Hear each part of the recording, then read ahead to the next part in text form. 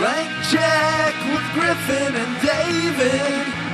Blank check with Griffin and David. Don't know what to say or to expect. All you need to know is that the name of the show is Blank Check. I'd rather be a podcast than a fascist. Yeah. Porco Rosso. Top 5 guy. You think so? I think a top 5 guy. Right. Okay. Can I just want to get out of the way with something I'm kind of embarrassed by. Okay. I think this is my favorite one we've watched so far. I was almost certain it would be. Yeah, and this is why I'm kind of embarrassed. Okay. I feel like I'm falling harder for the kind of basic shit. What do you mean the basic? And shit? basic is relative within a Miyazaki oeuvre, right? None of it's Okay. basic. No, but I don't understand what you mean. And we haven't gotten a Spirited Away yet. No. Which you have seen, right? But you don't remember? When I was 15 and Right. didn't connect You with were it. like, I don't get what's going on, forget it. Right. Right. And I felt kind of similar on the Totoro rewatch, which I'm a little embarrassed by. Don't be embarrassed. Totoro to me would be the basic one. That's like the most famous one of all. I know, but that's what I'm saying. I'm not getting into the ones that are like... Oh, I see. Right. You're not getting into the super Miyazakis. Whatever. Right. The like And totemic Miyazaki. I feel like the ones I'm getting into are the ones that are a little more Western. Like your favorites are Cagliostro and this, which are like kind of set in Europe, Kind of like kind of about old like Hollywood action adventure movies. anti-heroes. Right. I mean, Porco Rosso is like so consciously like kind of an homage to like 40s Hollywood. Yeah. Sure. That's what I'm...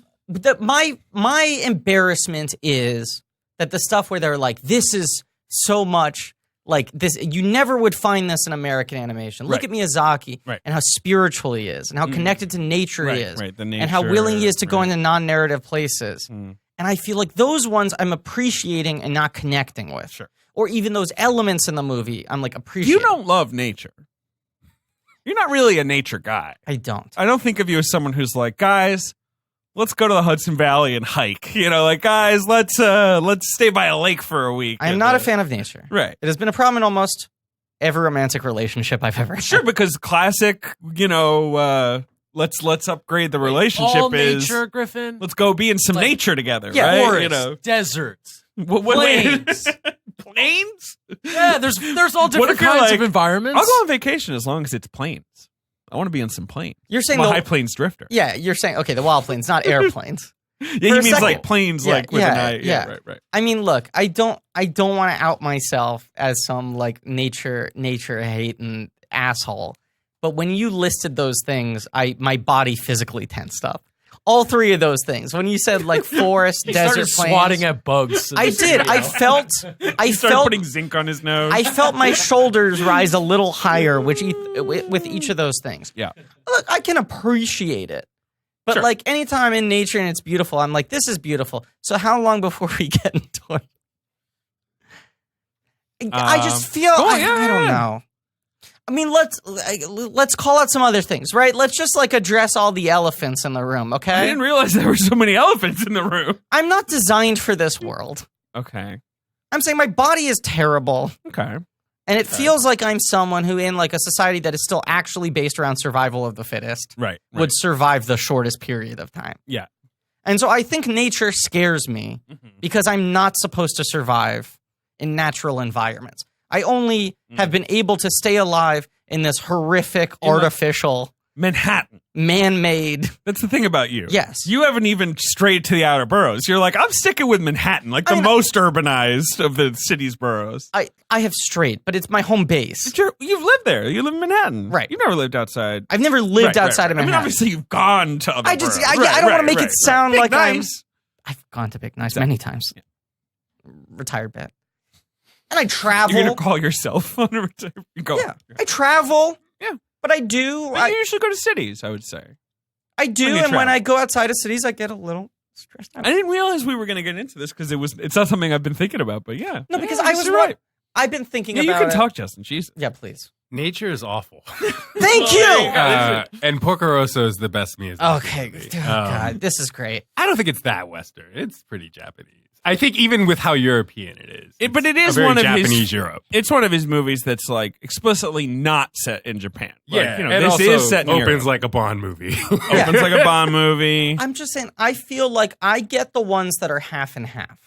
You know what I'm Yeah. saying? Like Cagliostro is Yeah. like Europe caper via like Eastern, like Miyazaki storytelling. Sure, but also via like one of the sort of most classic anime franchises, right? With Right. Lupin. Right. So I get what you're saying, but I think, half and half is probably the right way to think about it. And I'm a little worried going into Spirited Away because everyone thinks that's like the best fucking movie ever made. I'll say I watched that movie for the first time. I'm around the same time, like 15 years old. Okay. I had the exact same reaction to Yeah. it the first time I watched Spirited Away. What was sort of like, what? This is a very bewildering movie. I didn't quite get it. I just want to be able to like, for this mini series, come Yes. back to it and be like, I get it. I'm Mm-hmm. converted. I love it. Look at me in touch with it. I love the people being friends with a river.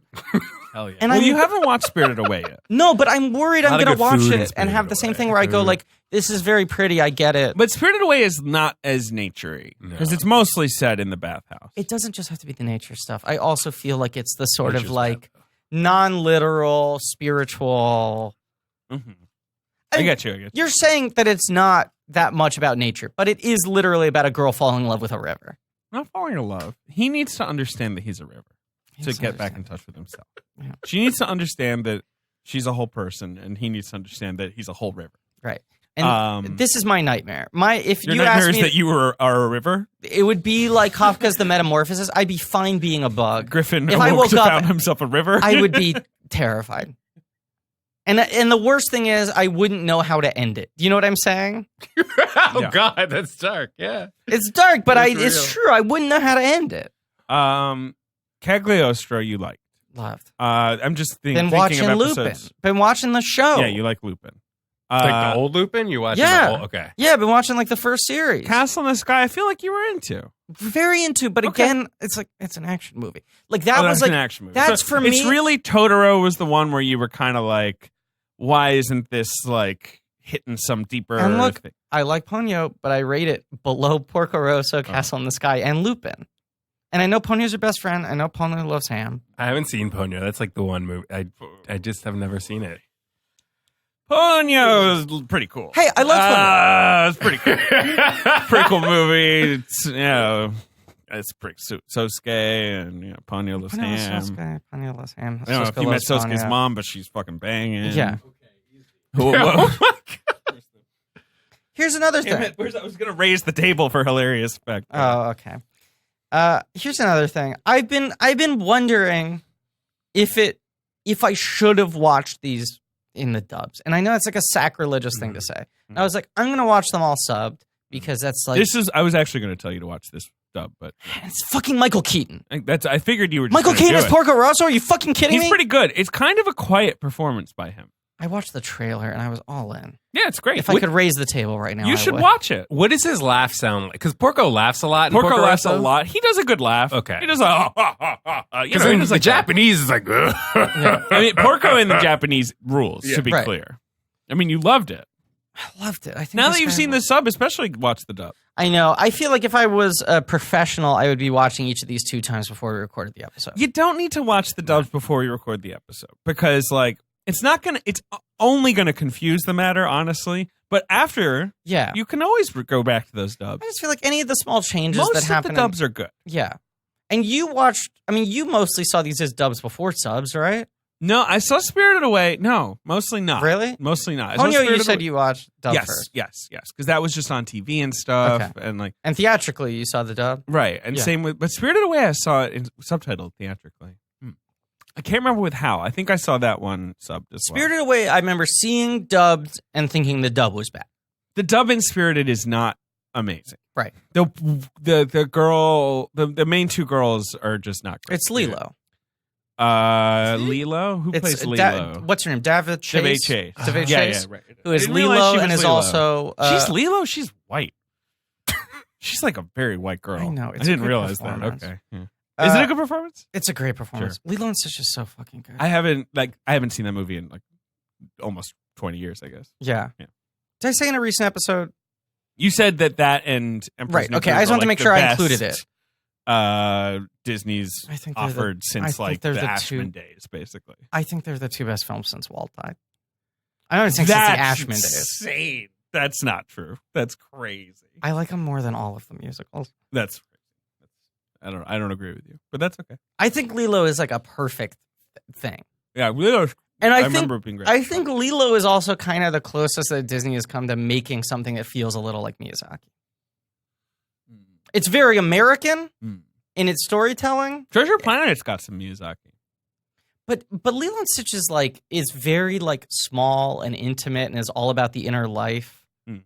You know? Yeah. And a cute creature. And the way they like involve like the fantastical with the whole relationship between Lilo and her sister. And how much of the movie is about like the single mother trying really hard. Not a single mother, an older sister who is forced to become a single parent. Sure. And doesn't have time to like be her own age. Now that I'm watching all these Miyazaki films, feels like that is the subplot to every Miyazaki film. Often. There's some Often. sort of Keep human me- spine to it like that. Totoro. Yeah. All right. Well, introduce the podcast. It's a Blank Check with Griffin and David. It's a podcast about filmographies, directors of massive success earlier on in their career, and give a series of blank checks to make whatever crazy passion projects they want. And sometimes they connect more with Griffin, and sometimes they don't. Right.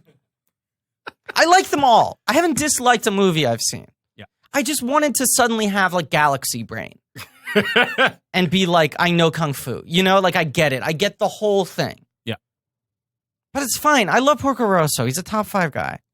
Yeah. We're talking about Porco Rosso today. It's a miniseries on the films of Hayao Miyazaki. Yeah. What's it called? It's called Howl's Moving Podcast. And who's our guest? Guess it's Justin Charity. Yeah. Hello, Ringer. everyone. The The Ringer. Ringer. Damage Control. Also co-host of Sound Only. We recently did an anime podcast at Whoa. The Ringer. Yeah, we did an think I know Evangelion that. podcast. It's called Sound Oh, Only. I did. Sound- know that. yeah, we did a mini series about Neon Genesis Evangelion. Me and Micah Peters. We did like the original TV show. We did the movie, The End of Evangelion, and now we have a bunch of people in Sean Fantasy's mentions campaigning for us to do the like Evangelion reboot movies. Sure. And also Interesting. Cowboy Bebop. Sure. Well, that We'll one's see. Gotta do some negotiations. We'll see what happens with that. I highly recommend watching Original Lupin. Oh my god. Fucking rules. It's the best. He's also a top 5 guy with Porco Rosso. Have you watched any of the new Lupin? Like I the- haven't. I've Okay. only watched Cagliostro, and I've been watching the first series. If you like Porco Rosso, I recommend it's not the most recent season Okay. of Lupin, but it's one before that, which is set in like Milan. It's It's like very 13 or Japanese something? European. Yeah, it's Yeah. good. Beautiful. It's cute. Now, here's the thing. If you're digging into this, I've been trying to like exposure therapy, break down my walls with Japanese animation, Mhm. which I feel like I've been very selective in terms of what I've been able to connect with previously. I'm trying to like break through all my dumb Western biases, right? You love animation, though. That's the thing. You do love Yeah, animation? you love animation. That was the whole challenge. You of just got to this start from there. Loving animation. We talked about Yeah. this, and I've been doing it. I've been getting into stuff, but we talked about this, I think, in the Castle in the Sky episode. The fact that I love animation so much means that I'm so imprinted into American animation, unfortunately. Sure. That it's like I have to sort of, and it's easier for me to do now, but when I was younger, I was like, this is not how I understand animation to work. Yeah. Okay. Because I was a kid who got really into like structure and forms and patterns and things like that. And it was so off the beaten path from what I was experiencing. Evangelion, everyone's complained the Netflix versions are fucked with, right? Yeah. How bad is it? I have complaints about people's complaints. I was Okay. because I was gonna maybe take a swing at That's that, my the thing. Netflix I'm thing. thinking about watching it, 'Cause I'm but so is it lazy. not? I Have don't they have- not fucked with it enough that watching it on Netflix is not like sacrilegious? I mean, my basic I structured theory. that sentence improperly. My basic theory with all this stuff, right, is like if you're not watching something in the original Japanese, Yeah. you're watching a translation of it. Sure. So watching one translation versus the, it's like you're not watching the original thing. These are translations. It's English. Like They people take change liberties. music? Yeah, Yeah. that stuff is more like licensing problems, and anime just in general has a lot of problems. Like even the idea of getting Evangelion on Netflix, Yeah. it took a decade and some change Right. because the fucking anime industry is a nightmare, and getting the rights to anything is very like a Byzantine process. And I think people sort of that show getting on Netflix and people being like, well, they didn't license Fly Me to the Moon. It just felt like, kill me now. Get the fuck out of here. Yeah.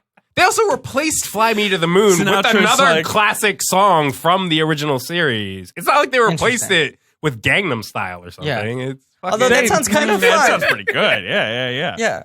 Yeah. Just imagine trying to explain Neon Genesis Evangelion to Frank Sinatra. Yeah. Right? What are these kids doing? Yeah.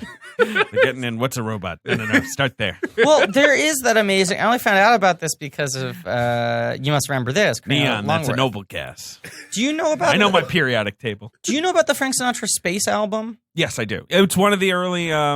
What's the episodes? You must of, remember this. Yeah. That was yeah, which right. was written by and narrated by Karina Longworth. Yes, that's right. But I was We love saying, her. I said this is the only reason I know about that. But he did this triple album, which is where his cover of New York comes from. Right, but it's also like him going like Pluto, what a place. It's So, you know, like, three you know. discs. Okay, it's a triple album. It's called Past, Future, Present.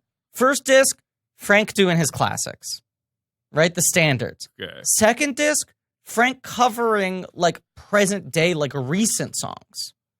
So he does New York. That's him, I think, doing something for the first time. Right. The present. Right. A lot of the He sort does of like a Billy Joel song. He does a Neil Diamond song. Right. You The know, does a Kris post-70s Kristofferson song. Sinatra covers Right. that are famous all come from that second disc. Right. And then the third disc no one talks about, which is Future. The future. And it's Frank singing like, and what of Pluto, Yes. the smallest planet? Yes. It's incredible. It's got this like bizarre like Ziggy Stardust production. Great album. Should put that- 1980, I think. Yeah. Came out. It's incredible. It's old Sinatra. So maybe he was like, I'm digging your vibe, baby. More robot suits. I went to It's not Japan making once. an Evangelion. I'm not allowed to re-enter due to Yeah. diplomatic agreement. Had to be struck by Jimmy Carter. Oh my god. I called in a favor because I am deeply connected to the American mob. These crazy little green men, I love them. I did Oh, a super boy. cut of all the impersonations that I've ever had I was- on this podcast. We should. Yeah. I was driving down 66 with Jimmy Hoffa, and we ran into these real alien cats. He shot him in the face, and we buried him in Nebraska. I just Route 66 go to Nebraska. I remember Angie Dickinson and I took a wild weekend trip to Area 51. Should Blitzed Frank out of our Sinatra have mind. voiced Porco? Oh, he would have. I mean, If you Keaton mean like from versus- here to eternity or what, you know, Yeah. like that era of Frank Sinatra, you know, you could pick him up, Kirsch- put him in a biplane. curse shit. But when I was looking for, when I realized that Keaton was the voice of Porco Rosso, and I wanted to find a trailer for the dub so I could hear the voice, Yeah. I found a YouTube clip of when they were playing all the Ghibli films. I think it was right before Disney properly released all of them. Sure. But they were playing them all on Turner Classic Movies. And Lasseter and Ben Mankiewicz would do the introductions together. And Ben Mankiewicz made a really interesting point where he was like, this is, of all the Miyazaki films we've been covering, this is the one that probably fits most at home on TCM. Absolutely. Because it's the It's- one movie that feels like it could have been made. It's 50% like that. Right. And then it's 50% kind of wilder Miyazaki shit. And Right. there's a pig. But he said he was like, you could imagine the three leads in this film being Right. played by like Gary Cooper and Carol Lombard, and I forget who the third person he said was. But I think the answer is Sinatra would have played Porco Rosso, You could play Porco. right? Older Sinatra could play Porco. Like, 50s Sinatra. Comeback Sinatra. Oh, you're right. You know, That's the problem. babyface Sinatra could play the 50s other guy. Sinatra would have been too young to play old Porco, but old Sinatra is the perfect guy to play No, Porco. 50s Sinatra can do it. 50s Sinatra could do it. He was pretty old in the 50s. Man with a golden arm Sinatra. Yeah, because in the 50s, he's in his mid to late 40s. I always forget he was such an old man. He was born in 1915. Yeah. He's old. Yeah. Old. But kept young by those crazy Martians. I said, kids, I love you these can stay kids. on this planet, and I'll sing you a song. Gotta play by my rules. Some of your green Mars Yeah. pills. All right, I don't know. Yeah. I don't know. End the episode. What do you think? These of this? kids are literally Do you like out of this Sinatra, world. Ben? I don't. Old Blue Eyes? You don't like him. Wow, But you hate hippies. Find, what's that? But you hate hippies. Yeah, he's the most anti-hippie. I don't hate hippies. If you remember, Oh, right. It's Alex. It's ARP. Alex Ross Perry who Alex. hates hippies. You Yes. actually were fine with hippies. I like 60s music. I think it has had a huge influence. I don't like Not hippie me. culture. I dislike it. If that Charlie Manson rolled What? up on me, I would have shot him square in the face. I think I got two things against Sinatra. A, because I'm from New Jersey, he's been shoved down my Yep. throat my Uh-huh. entire life. Oh, sure. Yeah. Hoboken. It's like Sinatra and Joe Budden, man. That's But what like, you're wasn't stuck Sinatra with. like from New Jersey and that he was born there and he would like when he was like 12, he was like, I'm out of here. Like, this place is a dump. I mean, I think there's like a famous mugshot of him being arrested in Hoboken. Yeah, yes. I tried to kill the governor. That's like the poster that people have on their fucking college Yeah. dorm room walls. Oh yeah, yes, of course. Where he kind of looks like John Dillinger. Yeah. Like, yeah, right. And like, okay, because we're making fun of him. You're doing his like singing kind of like shtick, right? It's not singing. He's just saying. He's an incredible He can singer. That's sing. insane. He can sing. But a lot of the When he stuff goes I've for it, he heard- goes for it. He's a fantastic Yeah, of singer. course. You got to listen to some Sinatra. He's got Yeah. golden pipes, but yes, later in his career, the thing you could mock was him just sort of like I went to talking a through. place Right. and I saw a tree. Sounds fucking evocative. Ben, He's all And great. I saw a bird. Wait a second. and Wait a I second. sat down. Wait a on second. the This bed. story's going off Ben. the rails. Ben, You had some good songwriting until you Ben, saw the second bird. I never knew you had such a beautiful voice. Oh yeah, I can sing. You can sing like an angel. Come fly with me. Okay, enough of me. Where do you stand on Bruce? As the other sort of Willis? New Jersey- Rules. You love Bruce. I Okay. love Bruce. Bruce is my man. Bruce is like blue collar Yeah. hero. Right, but like we were talking We were about talking this, about this when about Bruce- how good the Broadway / Netflix special Right. is, where he's like, well, I never worked in a factory. Yeah. Like, That is a crock of shit. it's all bullshit. Yeah. I'm a fucking professional musician. Yeah, what are you talking I'm a about? fancy Nancy I over had a here. hit album when I was 20. Never worked in a factory. My family was Darkness up on the in edge a of class. town. Are you Yeah. kidding me? I live in a mansion. Right. He's like, that was not my life at all. I just found it evocative. The only darkness is in the rooms I don't enter in my mansion because it's so large. Big Okay. rooms. Yeah. Well, I resisted Bruce a lot too because it was so shoved down my throat. Sure. My dad's music. But then Yeah. later in life, I discovered it, and it's just like Nebraska, Yeah. Born in the USA. There's Yeah. so many. Even his late 80s albums are so fantastic. He's just a great songwriter. So I've come on board to the Bruce train. Where are you from, Justin? Richmond. He's from Virginia. Richmond, Virginia. Virginia. From the outskirts of Richmond, So Virginia. who's like Richmond's famous Yeah, son? who's like, yeah. D'Angelo. Really? I always associate Richmond with What about that Okay. hip hop scene? Yeah, D'Angelo. And, I mean, that's singing. He's more like an R&B guy. Yeah. Atmosphere? Oh, wow. You That's a deep you cut. spent time in Richmond? I'm trying to find like No, you the sound like somebody Wikipedia who list goes to- where it's like Yeah. famous people from. Yeah, Yeah. yeah. There's not someone like who's like shoved down the throat in the same way that Ben's talking about, though. No. There's not like a clear cut, like this is our pride and joy, sort of. No, This it- is the one who got out and made good. I mean, well, the problem with D'Angelo is Hey, that D'Angelo Jason- didn't really make it out. He sort of got Yeah. stuck in Richmond for a while and was going through some rough times. His down period was in Richmond? Yeah. If you would read about him on local news, it was a rough Wow. few years with him. Apparently, what's his name? The guy with the hat, Jason Mraz. Is that how you say? his Jason name? Mraz. Yeah, he's from Richmond. I never knew that. Yeah. I never knew that. Or at least Amy Mann. Apparently, Wait, Past and wasn't future Dave guest Sam Matthews Rogal. sort of a No, is Richmond it? guy? I thought Dave Matthews Matthews is from South Charlottesville. Africa, I Yeah, but thought. I think he's But he associated with came up. Charlottesville. Oh, Charlottesville. Yeah. Okay. Let me see. Chris Brown. Ooh. Yeah, CB is from from Richmond. Ooh. Oh, Trey Songz. Okay. Trey Yeah. Songz is also Okay. from. I'm trying to see. That's about it. Well, Trey Songz from Petersburg. Oh, Same and difference. Guar. Oh, They're shit. from Richmond. Guar rules. Do you know that Guar, every 10 years, they cycle through new characters? Right. And they're due for a new set of characters. I might be behind on this. They might have already debuted them. Me, I love Guar. Those kids from Richmond. Those crazy kids from Richmond. I love them with the helmets and the oversized weapons. And their I went to a blood. Guar show once. I got socked in the jaw. It was part of the experience. Nothing I love more than a couple hep cats from art school coming up with a conceptual theater project that somehow charts as a legitimate band, baby. Hepcats from art school is definitely what Richmond is now. Yeah. It was not like that when I was growing You up. ask but me it's- who the best kids making music today are. It's Devo and Gua for me. Frank Sinatra. God, Devo would hate Frank Sinatra. But Frank Sinatra would love Devo. I get it, kids. You don't like disco either, right? Right. These kids, they can't stop whipping it. How is this the bit we arrived on for Porco Rosso? Because Frank Sinatra is the lead Yes! voice performance in the English dub of Porco Rosso. Yeah, that's it. He That's should it. have been. He should be live action Porco Rosso. Rip. Rip. Um, I'm just not surprised that you love this movie. I am surprised you did not flip your audio channel over to English just to at least check out Old Kitty. I was really tempted. I did it for a second or two, but I was like, I'm gonna watch this a second time. I love this movie. Let me like fully engage with it, and as the master himself intended. Yeah. But God, it's so fucking tempting to hear that. Like, you know why I didn't flip over more? Because I was afraid I'd get stuck on it. Like all the other ones we've been watching, I flip over a little bit just to get a lay of the land. And I was like, if I start hearing Keat for more than 2 seconds, I'm going to be sucked in. Right. I was telling David before we started recording that I went back and rewatched this movie last night without the subtitles, but also without the English dub. He just watched it in Japanese. Yeah, because it's just like sometimes I like doing that with animated stuff where it's sort of like you get the. I was trying to gauge the plot, expressiveness, right. instead of just sort of how does this movie work just visually, and sort of with the energy of the voice performances, even if I don't understand the original voice performances. And I don't know, for such a weird premise of a movie, like it's pretty easy to follow.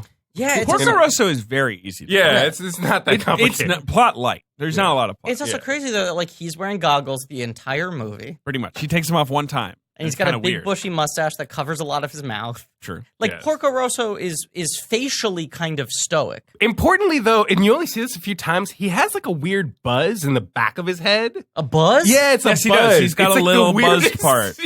Yeah. He's got The like a little floppy landing front strip. hair. Yeah, exactly, like a landing strip. I don't know why. This guy's so cool. He's pretty cool. So I was in from This is second why I one. thought you would like I it. started the movie and I was like, oh, fuck, this is my favorite one. Yeah. The moment that he's asleep on the beach in his chair with the Hollywood magazine over his face, and I was like, secret grotto, this guy's a fucking pig? You know I love pigs, too. I don't think I knew that. I mean, I didn't think you hated pigs. You got a pig thing? I have a big pig thing. I didn't eat any pig products until the last 5 years of my life because I felt such solidarity with pigs that I was like, I'm not eating any pig-derived like meat. bacon? I started eating bacon 5 years ago. What did it? What got you into bacon? It's so good. It's so good. So embarrassing. Oh my god. I don't know. What could it be? I don't know. There's an item at Costco called the chicken bake. The chicken bake? They sell at like the food stand at Costco. Yeah. Which, of course, is one of my favorite It's one of your restaurants. favorite places to eat, right? Yeah. Okay. It looks not dissimilar from your very popular Dunkin' Donuts bagel twist option. It's like a bagel twist, but stuffed with It's kind of like a chicken roll from a pizza place. cheese, Right. Caesar dressing, Sure. chicken, and bacon. What was it like the first time you ordered this? Because it's somebody who didn't eat bacon until recently. What was so seductive about this item? Oh God, because there were two options. There's a chicken bake, and I forget what the other one is. But I think I ordered the chicken bake without realizing there was bacon in it. That was the thing. And then I was like, oh, there's bacon in this. And then for the first time, I was like, what if I don't recoil? Uh-huh. You know? Yeah. What if I keep eating this? And I liked it enough that then I started going like, let me try getting bacon on the dish. And now I get bacon on everything. My friend Jake used to say when I was like, I'm embarrassed I like this chicken bake thing. And I was like, he was like, of course you like it. You only like eating food dicks. Which then I realized many of the foods I like are just big phallic hunks of food. Like I like just like some stick of something with shit crammed inside of it. You do. You like a stick. I like That's a true. stick. You like food dick. Right. I think I like the just being able to like hold a stick. Yeah. It's very You just evocative. like food? You just laughing at food dicks, Ben? Yeah. Ben's like, yeah. Yeah.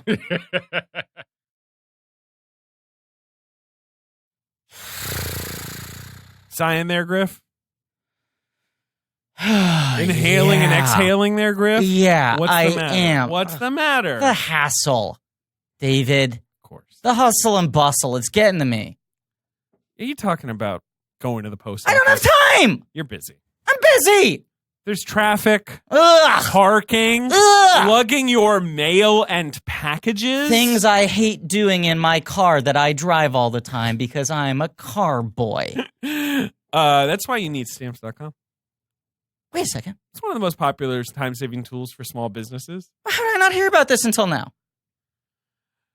Well, I don't know, but stamps.com eliminates trips to the post office and saves you money with discounts you can't even get at the post office. So it's like You think, going to the post office, what a hassle. Well, I could stay at Of home. course. It's more convenient. Verbatim, I think that. No, But it's Griffin. also, you get to save money staying at home. What? Now, here's the thing. Remember I was saying I was going to start my bones business? Of course. To start sending out bones Everyone to people? wants- Yeah, a bone subscription box. Yeah, it's made it so easy. I just weigh the bones at home and just slap a label I printed out on my printer, and then the postman just comes and gets the bones. I noticed that you look like you've been sleeping more. He does. But also, you're covered in rubies and rare jewels because you're making money hand over fist with Bone Box. Yeah. And now I realize it's because Stamps.com is saving you time and money. Listen to this. All right, so for the time question, you can use your computer to print official U.S. postage 24/7 for any letter package, any class of mail, anywhere you want to send it. And you Wow. just hand it to your mail carrier or drop it in a mailbox.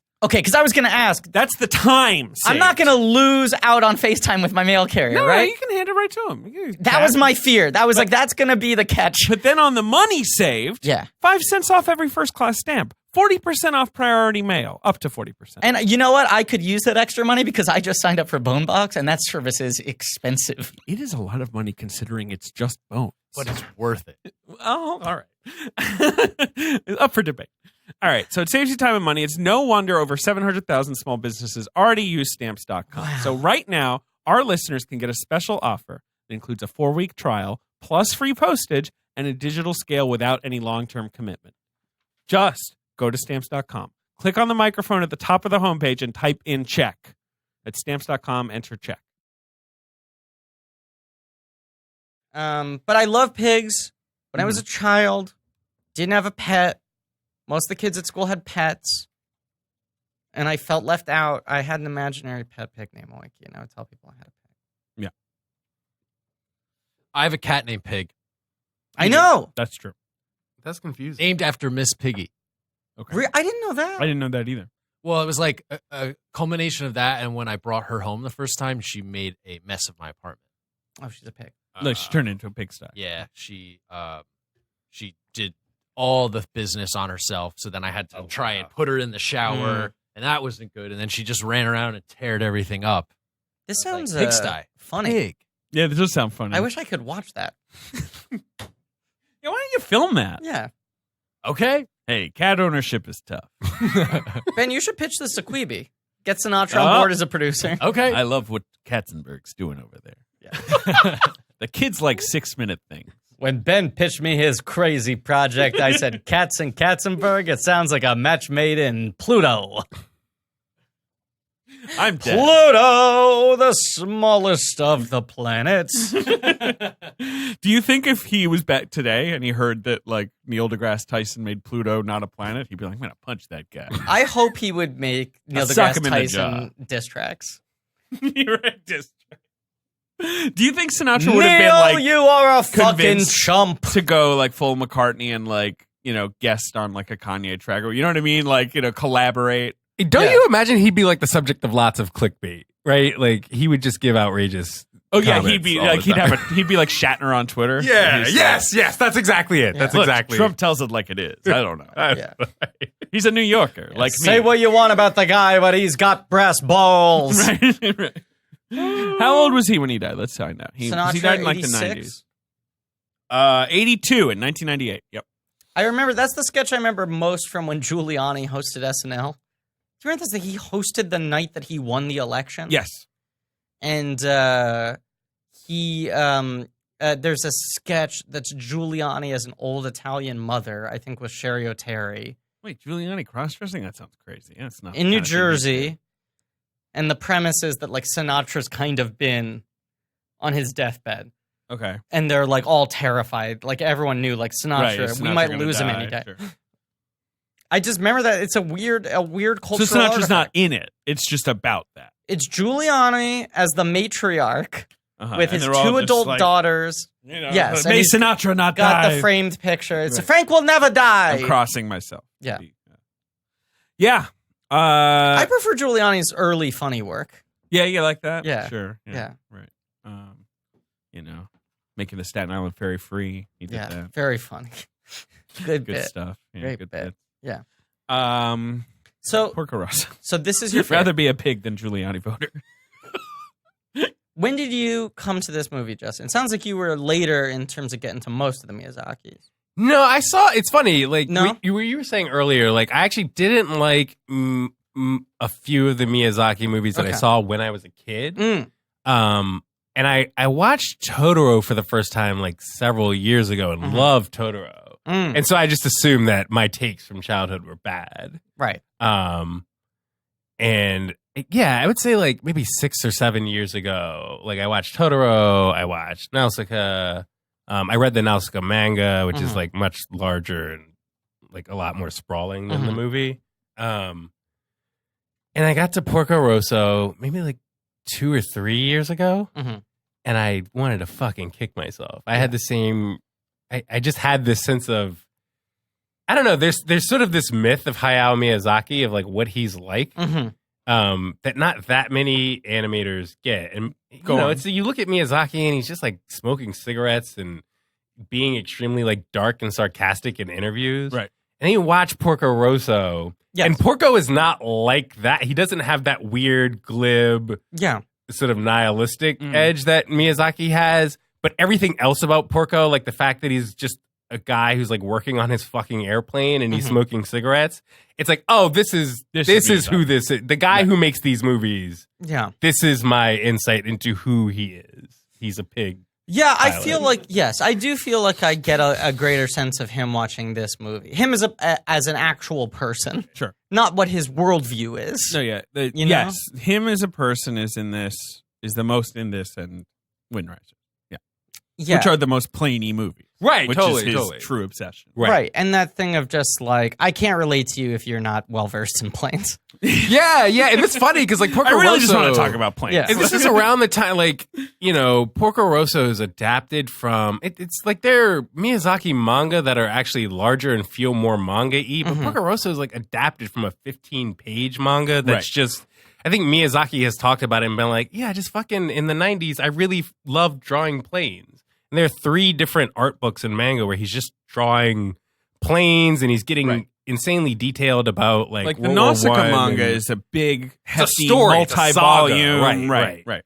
Whereas the Porco Rosso stuff is just, here's some planes. Okay, this is the thing I wanted to read, okay? So, he writes a manga called The Age of the Flying Boat. But the film was originally planned as a short, in-flight film for Japan Airlines. Yes. Based on the manga, grew into a feature-length film. Yeah, That's which is wild. Insane. If you look at the manga, it's like you can read it in 5 minutes. It's 15 pages, you read it in 5 minutes, and that's the movie Porco Rosso. Yeah, but it's also like if they were like, Delta Airlines hired Martin Scorsese to make their in-flight film, and he got so caught up with it, it turned out to be The Aviator. Yeah. That is the craziest origin of a film I have ever He often heard. wants to do a short film, and then it's like, oh, this is a feature. It happens to him. I just love that they're like, Miyazaki, Right. it's really simple. In-flight movie. Right. Why don't you take the character from just that manga? talk about planes for a second. It's literally fine. just buckle the seatbelts, the oxygen bags, exit rows, and he's like, cool. It has expanded into a 90-minute narrative. about war. and Fascism. fascism. Yes. And the toll it takes on men and turns them into pigs when they try to enter heaven and are rejected. As if they were like, it's a short walk. The book is about planes, right? Yeah. And he was like, I cannot. What if Porco Rosso still had in it a scene where Porco Rosso gave out safety Yeah, instructions? where Porco Rosso is like, apply your oxygen mask first Yes. before your children. helping others. Yes. That always freaked me out when I was a kid. Hate it. Don't like it. No, Don't like flying. Actually, I know you don't. I love it. you love it. Yeah. I just crazy. Don't like cars. Have you ever been Love in a cars. small, like, single engine plane? I have. Feel like I have. I have. I got to fly one. Someone let me fly a plane. Who? Yeah. What should we? Let's just My- call the FAA right now. My friend's Take away this person's license. Please tell me the statute of limitations isn't up on this horrible crime. is my friend's irresponsible stepdad. Okay. This is when you were a kid? He was Yeah. like, "Take the stick, kid. Yeah. Up is go and down is stop." And I Fly me to the moon, and then baby! and he let me kind of just do that kind of move. I'm like gesturing where like I kind of turn the plane on its side. You did like a half barrel roll? Yeah. Fuck Ben. I wanted to go to space camp so bad as a kid. You did? You and wanted to be a my spaceman? mom was like, what the fuck are you talking about? Like, we're buying food, not space camp. Meanwhile, you're doing barrel rolls like a fucking Star Fox. It was great. I hate this. Miyazaki should make a Star Fox movie. This movie is almost a Star Fox movie. Yeah, and it yeah. has a pig Yeah. man Yeah, flying. especially like the last 20 minutes of this movie. Yeah. Are very, very, Slippy, get back here. Slippy, get back here. Do a barrel roll. I should mention though, having to eject. Hey, and, Fox, I'm on your plane side. crashing. That was unfortunate. Oh. For you? Yeah. Oh boy. I don't think I've told this story on the podcast before. Okay. I went to space camp. Wow. No, you fucking went to. I went to Which space one? camp. I went Florida? to. What'd you do? I went to Florida. Oh. Okay. I had this brochure. You went to the place where I had the brochure for. Yeah. I hate this. No, hung but out. but here's the story. It's a somewhat traumatic experience for me. One of the centerpiece attractions is there's the gyroscope, which everyone watches from the side and goes like, That's what I think of. I'm right. going to be able to handle that. Oh, And I would. it's Whereas I'm like, impossible. no, I won't be Yeah. attending. Thank you. Keep the deposit. Everyone lasts 3 seconds. Everyone right. lasts 3 Right, seconds, right? Then the final thing is when you get to do the simulation of the cockpit, and they give you a binder that has a script, and everyone has a role. And my role was exercise expert, which was such a fucking bummer. Kind of a disastrous role for you. It was like you're on the exercise bike, and you have to keep a log of how you're fucking. I Wait, hated how it. long does this simulation take? Like an hour? Okay. You're like in like a capsule. Yeah. And it's like, oh, you're the pilot, you're the engineer, you're the exercise expert, and one person gets to do like the spacewalk. Uh-huh. Like one person gets to go out in the arm and that role is so much cooler than everything else. But you're not floating, right? You're on like a robot. They're That's like cool. Okay, yeah. okay. I mean, it's not like a robot arm. It's like it's pretty. It's like Jimballs. or analog, whatever. Right, yeah, but right, someone's like maneuvering you around Cool. while you're on a rig or whatever. From my memory, exercise, scientist is the worst fucking position. I hate it. But I was already at this point like completely traumatized because the other big thing is here's our zero gravity like sort of simulation. Okay. And the way they do it is it's essentially like a rock climbing wall, okay, with like pulleys. Except the wall is just kind of like a grid. It looks like the set for like Rent or something, right? It's like a metal like grid of bars and shit. And on the pulley, the other side of the pulley is on the other side of the grid. And on that side is your weight in iron weights. Yeah, in pounds, right? Like, yeah. So they weigh you before you get on it, and then you get on this thing, and because there's an equal weight, when you jump up, it like feels like you're sort of zero gravity, and you can clamp the wall and whatever. And that's their like simulation of like this is what it feels like to be able to whatever. I was a dangerously underweight kid. Right. So they just took like somewhat sack lunch and put it on the other side. Well, it was a thing where my dad was like, if you get to 100 pounds, I'll buy you a Tamagotchi. Sure. And Did I you ever wanted, get that Tamagotchi? I finally got it. That was a very old statement. Yes. You got it, but it was in 2015. Yeah. I got it for my 30th birthday. My parents finally got me a Tamagotchi. You finally hit the hundo. Right. But I was like 60 pounds and they were like, you got to eat more. And they're like funneling ice cream into my mouth. Like everyone was afraid I was going to die. And they were just like, gain weight, gain weight, gain weight. And I got on the scale at space camp and I was like, oh my God, I'm 105 pounds. Hey. And I was like, this is crazy. I can't wait to call my dad, tell him, get a Tamagotchi ready for me. I'm coming home and I'm cracking an egg. Crack that egg, exactly, Right? yeah. And of course, I had not miraculously gained 30 pounds just while at space camp. That's space ice cream, though. Their scale was broken. And so they plugged me in and they let go and I shot up to the ceiling. And you're in like a big like hangar. And they couldn't get me down for 2 hours. No. Should I not have gone to space camp? I cannot exaggerate. This is Space like... camp sounds so stressful. Yeah. Did you know sleep what? over? Like you had to Yes. stay there for a Yes, few days? and I left my Elmo doll at home and it was a nightmare. I didn't know you had an Elmo doll. I had an Elmo doll. You were a big Elmo kid. I was a big Elmo kid, but the other part of it was that I would sleep on the Elmo every night. Like as a On the pillow. Elmo. Oh, okay. Like pillow Elmo head. Justin and I just sort of shared a look. Yeah. What about pillows, though? Do you ever hear about those? They're great. Yeah. They don't have like eyes and a nose. But I was so used to that shape that when I got old enough that I was like embarrassed about the Elmo, I'd hide it in my pillowcase. It's pretty cute. Yeah, Griff, you were a weird kid. Me? I know this has never been reported on this Yeah. podcast before, but you were a weird kid. But my main takeaway from Space Camp is 2 hours where they were like, with a megaphone, like, the only way you're getting down is by yourself. There's no way for us to get up there and to reach you, and there's so much weight working against you that they were like, you have to reverse climb down the grid. I'm not sure that I like the idea of Space Camp telling me there's no way for us to. That doesn't sound right. I didn't like it either. That's not the problem solving that I saw in a movie like First Man. I feel like No. the whole point is problem solving. I was like 9 years old. I was like 2'1". I weighed 60 pounds, and they were like, you're going to have to use your brute strength to carry your way down to the ground again. Right. No Elmo.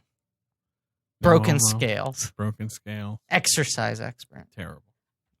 Fucking racket. Porco Rosso. Rosso? I say Porco Rosso. Rosso. I Because say it Rosso. rhymes. Yeah. Porco. He's the red pig. The crimson pig. He's the crimson pig. Do you like that typewriter intro in all the languages? Love it. It's pretty good. That's the thing. Like, right away, I was like, this is kind of funny. You know, I was like, I'm jamming on this movie. This movie's having a laugh. It's playing with the form a little bit. He's a World War I fighter ace. He is. He's a freelance bounty hunter. Yeah. He's Griffin's best friend. He's one of my best friends. He chills out in a cove. He loves old Hollywood. Sure. But he pushes people away. Yeah, because he's a pig. He's a disgusting pig. All middle-aged men are pigs, as he tells us late in the movie. Uh-huh. That's why he's a pig. It's either that or that heaven maybe rejected him and turned him into a pig. Right. Like sort of like 50 of one, 50 of the other, right? Yeah. But also, war makes pigs of us all. I mean, Yes. I like this thing that it's like, he's the best at doing a thing that's inherently kind of fucked up. Sure. You know? They're like, what a hero. He shoots people out of the sky. And he's like, I'm this disgusting pig. I murder people. As you said, he shoots children in the beginning of it. The movie opens with him. Right. It's like so heroic, and it's this Bond style, like, everything's happening. Right. And he's like shooting at children. What a dashing Unintentionally, rogue. but he's shooting Yeah. at children. Yes. Well, they're these air pirates. Right. Yeah. They got big beards and big teeth. It's you gotta great. take them down. I love the pirates. The pirates are so The good. pirates are so They're great. so much fun. Oh, what? Opening with a bunch of pirates kidnapping a bunch of like young girls? Why? That's love good. it. It's good. I'm like, But all that's the in on thing. this There's no point asking why. That's the beauty of this movie. But I love the girls being like, oh my God, look, they're pirates. And the pirates being like, take us seriously. And then you cut to them like 5 minutes later and the kids are jumping around and they're like, we shouldn't have taken all the kids. Too many was kids. not We could have good. proven the same point with like 2 kids. This is like a handful now.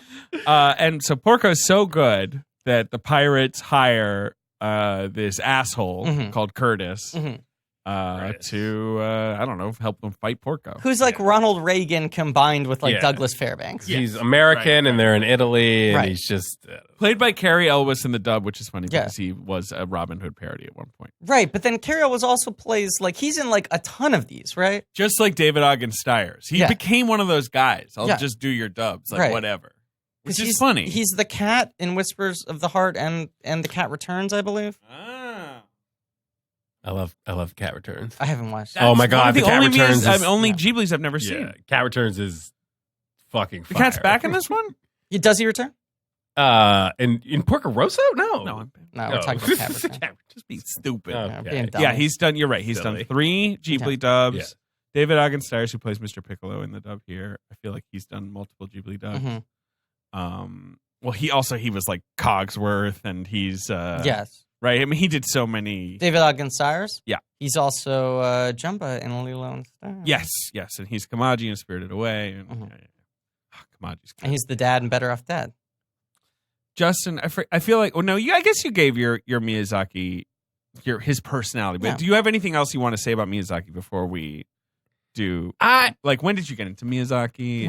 I'd say like early the past 10 years. anime 'Cause for it's you, sort or of like were you already into anime? Well, to Griffin's earlier point about like getting like your relationship to Japanese animation maybe being contingent on your feelings about Western animation. Yeah. Sure. I feel like it gets even more complicated because Japanese film animation is so different from Japanese TV animation. Very true. Right. And so I'm Japanese a person, film animation I've been able to access much easier. Yes. TV animation is tough. The distribution is totally different. Right. And as somebody who my highest loyalty in animation is to like Japanese TV animation. Yes. And I think that accounts for why I used to have like a lot of trouble with Miyazaki movies, and I was just sort of like, I don't get it. Was that the case from a young age too? Did you get into anime early? Yeah. The first anime I ever watched was Sailor Moon, Okay, which I fucking right. loved. Sure. And I didn't get into the Miyazaki. I didn't really start getting into Miyazaki until like, I'd say age like 14 maybe. And it's just so tonally different. And I also think the way that Miyazaki movies used to be marketed in the U.S. was so strange. They were I felt like they were marketed with this very self-conscious prestiginess to them. And I don't think that's a good way to approach those special movies. objects. Yeah. Like here, Hayao Miyazaki's painterly latest master. artwork. Right, And I right. think in retrospect, that is not the way to approach his movie. It is fascinating No. that, like, in Japan, he is, of course, the most mainstream Yeah, thing. right? Like, He he's like, is like the equivalent of like a blockbuster filmmaker. I think he has 4 of the top 10 highest-grossing films in the history of Japan. Don't pull the list up because I want to quiz you on them at some point in the podcast. You want to quiz me? I want to do a reverse box office game with the top 10 Japanese films because I looked them up last night and it's a pretty fascinating list. do you like have the list? Okay. Cool. Yeah, I'll do it at some point. Maybe in this episode if we don't have box office results for Porco Rosso, which feels like we won't. I mean, once again, we have like a 2018 re-release. Yeah, okay, You know what so I mean? I might do that at the end of the episode. I'm calling my shot. Who can say? But Sailor Moon was sort of your entryway in. Yeah, and like Japanese TV animation. Right. And so I think for a I would say really only in the past 10 years have I really tried to get more into Japanese film animation. What are your top TV shows? What are your I'd say Ava, I'd say the original Sailor Moon. okay? I mean, I think I like a lot of the mainstream shit, like Cowboy Bebop, I Mhm. guess. I like some of the more trolly. I like some 2000 stuff. I think that's when TV anime gets weird. It gets Mhm. very like, I don't want to say fetishy, but it's sort of like the anime industry Playing at that into that point. Yeah, image. it's like Haruhi Suzumiya. I really like because that is like the ultimate sort of like troll show. Right over the head. Um, When you say troll show, you mean they're trolling or it's about trolls? no, like Either they're sounds trolling. Did Richard They're Lawson have trolling. any role? I'm asking. No, Haruhi Suzumiya is like a show that is trolling, Okay. like down to the level of like which order you should ideally watch the episodes in. That yeah, level? it's like it is a very fascinatingly constructed show that goes off the rails in its second season. Yeah. but it's like one of my favorite TV experiments is that Yeah. show. It's like from 2006. So you get into Miyazaki. Yeah. You see some Miyazaki movies. Mhm. I don't know what you saw first. Totoro, Spirited Away, Spirited Away. Mononoke. When do you come to Mr. Pig? You know, when does Porco first show his face to you? I think like 3 years ago. Yeah. Okay, and but But you said when The you first saw time I it, saw it was at Metrograph. and you were like Griffin, Oh, and you kind of latched okay. onto it, and you were like, "This is the Miyazaki I've been my looking guy. for." Yeah, yes. Yeah. I felt like I felt upset with myself that it had taken me so long to get to Porco Rosso. Right. Cause I'll say I remember like seeing like the Porco Rosso poster at some point because I feel like this is one of the ones that is least discussed in his oeuvre. Well, I think for a long time it was like if you were talking to someone about like which Miyazaki, they'd be Yeah. like Porco Rosso. That's a weird one, and it's Right. more for grown-ups. You Yeah. know, like yeah. It also is a movie that it doesn't really fare well if the test is like if you liked X Miyazaki Yeah, movie, right. watch Sure. Y. You Right. you're never the Y is never going to be Porco if you Rosso. liked Yeah. Totoro, watch Porco Rosso. I just feel like I didn't know it existed for a long time, and then when it finally hit my radar, when I like saw the DVD cover at Best Buy or something, and I was like, "This is a Miyazaki movie." He a pig? No one talks about it, and he a pig. I was like, yeah. Oink oink. right, but I was like, do I not know about this because this is the bad one, or do I not know about this because everyone else is dumb and this is the best movie ever made? It's the weird one. I Right. think that's the best way. I think it grossed less than some of his Yeah. biggest hits in Yeah. Japan. Like it was not quite. I think it still did fine, Yeah, but it was not quite the sensation maybe that I saw it Totoro had did been very or well in whatever. Europe. Well, it's set in Europe. I know it did well there. It also feels. I mean, I think Porco Rosso is a little. It can feel a little discordant even because so many other Miyazaki movies can feel like they're made by a guy who doesn't really like the future or the present and is sort of like human innovation. Has it ruined everything? Yeah, let's And then scale it meanwhile, back. Porco Rosso is about a guy working on his plane. It's all these loving shots of equipment. Yes. And it just feels very, very different from watching, like, you watch Nausicaa and then you watch Porco Rosso, and it feels like two completely different worldviews are making these movies. Even though I think on closer reading, they're not incompatible. Yes. But it just, at first glance, something about Porco Rosso feels like there are elements that aren't revealed in the other Miyazaki movies. Sure. I think. Well, we started digging into this, but I love that the movie starts with a nap and then goes like a speeding bullet. Right. Like it like starts with like a little quiet nap and then it's immediately like straight into the action. Comedy, action, thrills. You know what I'm saying? But you're right that like Gunfire. a Disney movie even would probably be like, well, we're starting with this like very melancholic sort of like, here's Porco. Right. He napping. Yeah. Like napping. probably not. Like probably you would start in the air with, And then you but then you do this Then big you get in fight the scene air. without any table setting. without any table setting, without any. I mean, we know he's a pig. I'm saying it's like 15 minutes before he like shows up at the restaurant. Yeah, but it's 0 minutes before he's a pig. It's 0 minutes before he's a pig. He's a pig Yeah. before a pig. And he shows up at the restaurant. You got Curtis there. You got Gina there. Who rolls? Who plays Gina in the American though? Susan Egan, classic voice actress. Oh, interesting. You know, she's Belle. Yes. Yeah. Yes. From Beauty and the Beast. Yes. According to you, a worse movie than Lilo and Stitch. Yep. You can't shame me. I stand by that opinion. And Gina, like Curtis is trying to like hit on Gina and is like, you know, what's up with you? I love you. And she's like, sorry, I'm into the pig. Yeah. Yeah. Steer clear. I'm pigged up. Oink, Pigged oink. up. Yeah. But I love that it's like Porco genuinely, as we get to later in the movie, has not ever considered that anyone would like him.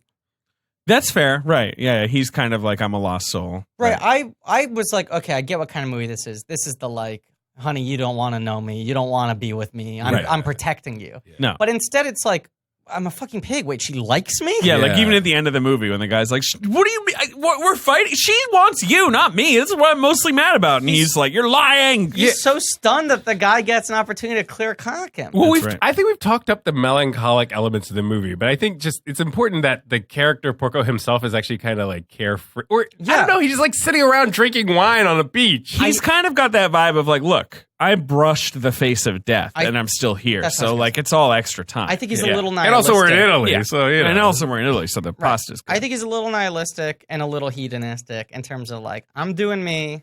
What's the worst thing you can do to me? I'm already a fucking pig. Well, that's the thing is like if I'm a pig, I'm like I'm gonna eat 24/7. Yeah. It's like I'm a pig. Like I'm Yeah. not gonna really worry about how I look anymore. I look like a pig. He's got a great body shape, and He I does. love the way he outfits himself. Like His mustache is great too, compared Yes. to Curtis's mustache, which Yeah. sucks. Curtis's mustache is the best signifier that he's like a weak chin Yeah. dildo. Yeah. Right. Yeah, I agree. And like Porco's mustache, even when you see human and you're like, oh, it was just the same stash. How is like, Gina supposed to look at Curtis's mustache and what? Like, at any no. point? Right, Yes, exactly. No, thank you. Curtis Yeah. sucks. Right. Wants I'm trying to think of the plot here. to be a Hollywood movie star and also be president. Yes. Oh, here we go. Here, let me read you a Miyazaki quote. I got my book. Right? Okay. Oh, David's taking out a leather-bound volume. And It would there's- be great. There's like a green smoke rising from the page. This is your new bit. The crest is glowing, which is a lion holding its scepter. It would be great if, like Porco, I could sit around and smoke cigarettes while watching some young kid and making comments like staying up late all the time will shorten your life or it'll be bad for your complexion. Mm-hmm. Laughs. Ha ha ha. Of course, reality doesn't work that way. It'd be pretty tough to live the way the characters in this film do. The staff members who worked on Porco Rosso had to burn the midnight oil all the time, and some didn't even get to rest on a Sunday. There are a lot of reasons for this, and it's an area where I need to make improvements. I love him. But here's the part that I want to get to. But I personally enjoy it when I become so absorbed in something that I completely forget about myself.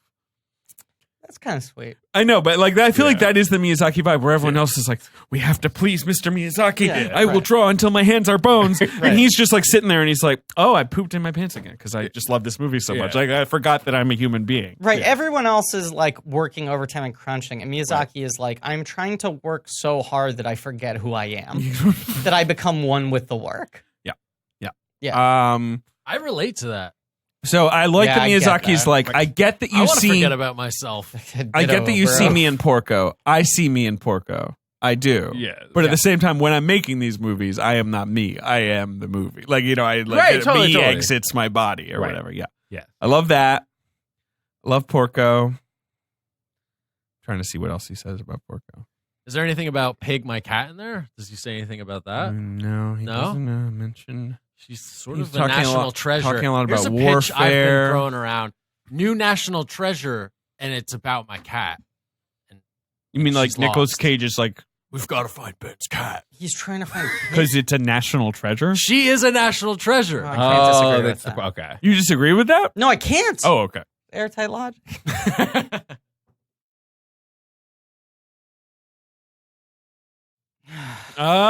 He's sighing. What is it this time? He's sigh thinking. He's thinking. I don't even know how to describe this problem. Okay. Let's see. I mean, I would say I've been getting a bad night's sleep every single night of my life. Okay. That's going to make you tired. Last 30 years, I feel very, very tired. And I've been trying to isolate what the problem is. And the best way I can put it is that it feels like my sheets are unbuttered.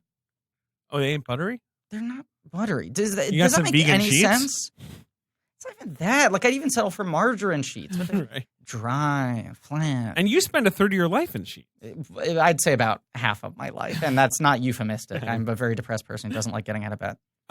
So you definitely want your sheets to be insanely comfortable. Yeah. So it sounds like you should probably go with Brooklyn and What? friends of the show, winner of the best online betting category in Good Housekeeping with Wait. 35,000 five-star reviews, more than any other online betting company. You're telling me that our close personal friends, Brooklinen, make sheets? They make linens. Betting? Yeah, 100%. Well, they didn't Look. bother to tell me. Well, in 2014, husband and wife Vicky and Rich I Fulop know, they're two of my best friends. wanted to find beautiful home essentials that didn't cost you an arm and a leg. Right, that's what I'm looking for constantly. It's a DTC betting company. They work directly with manufacturers and directly with customers. No middlemen. And you know your boy Griffey Nooms is DTC. And they mix and match. There's over 20 colors and patterns. But yeah, these are sheets, my friend. Sheets. I guess you just never asked them, like, what's the product? No, you know what it was? I thought it was spreadsheets. I've spent too much time with you, and I kept on saying, like, I don't need to look at your spreadsheets. And they were like, no, feel them. And I was Buttery. like, I feel them. What are you talking about? Well, my Brooklyn Inn sheets are the most comfortable sheets I've ever slept on. And their tight. towels have turned my bathroom into a spa. Oh! Couldn't recommend them more. For friends, for family, for treating yourself to the upgrade you deserve, go to brooklinen.com and use promo code CHECK to get 10% off and free shipping. They're so confident in all their products that their sheets, comforters, and towels come with a lifetime warranty. Whoa. So the only way to get 10% off and free shipping is to use promo code CHECK at brooklinen.com. That's BROOKLINEN.com, promo code CHECK.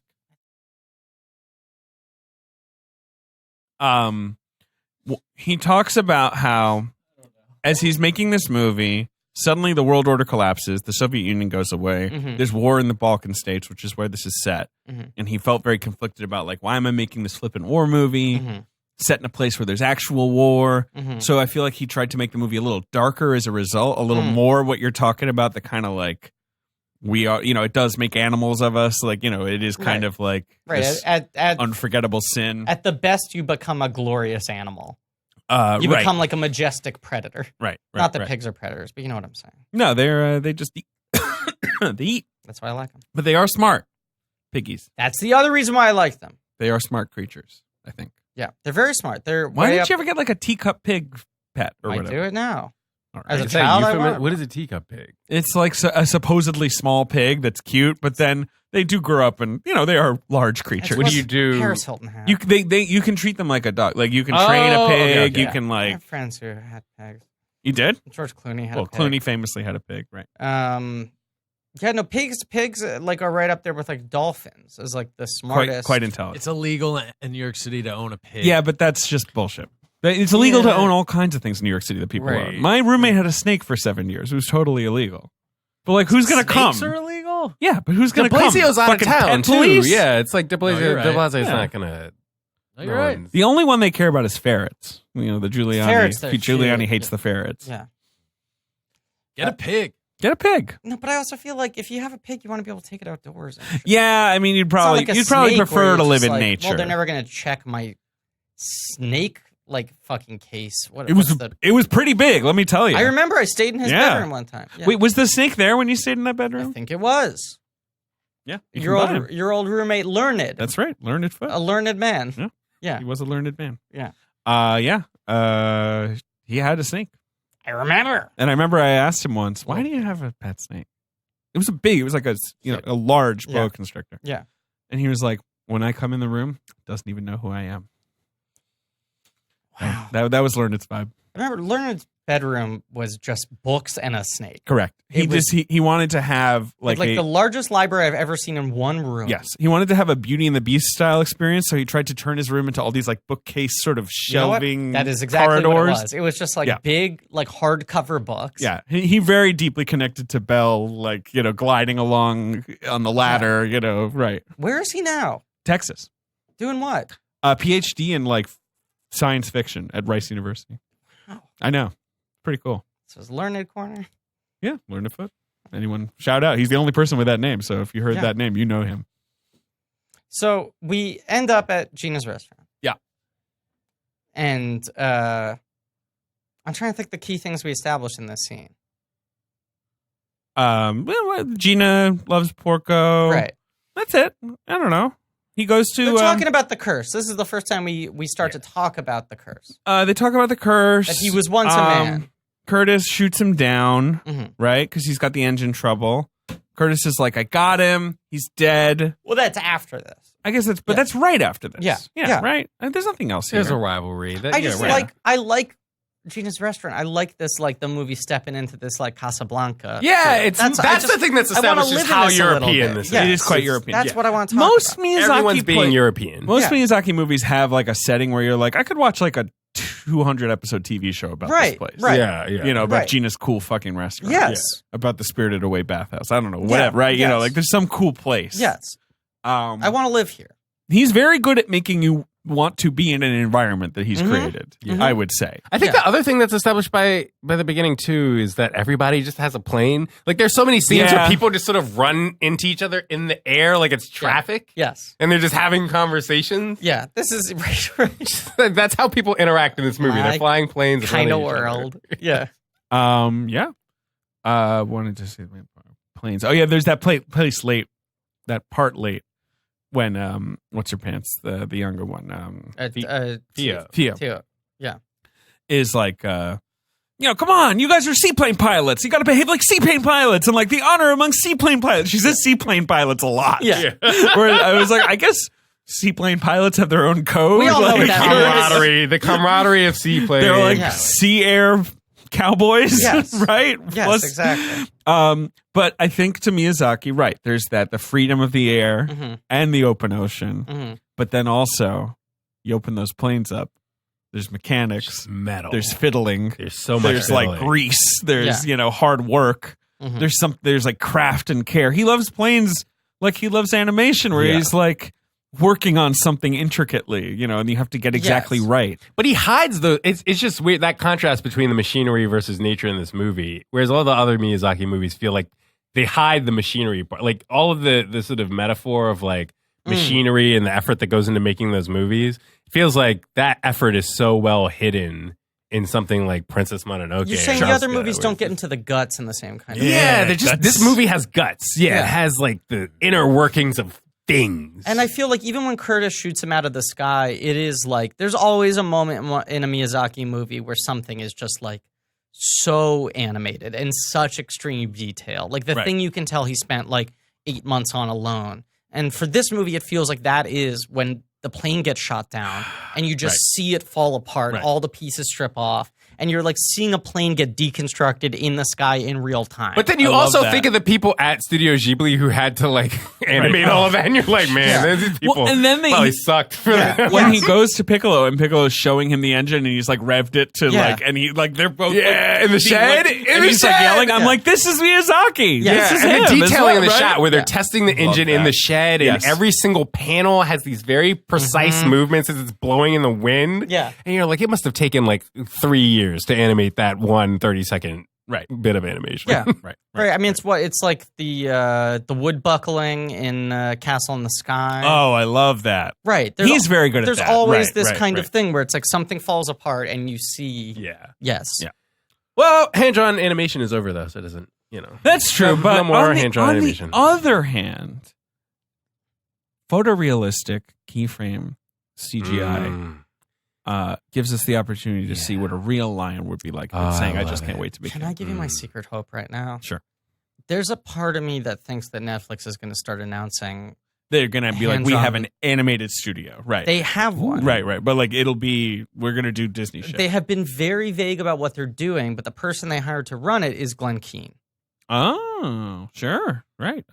A legend. And they like Mr. Wayne. released a video because Netflix has all these like different Twitter accounts and different YouTube channels for different like genres or subsections of what they do. Sure.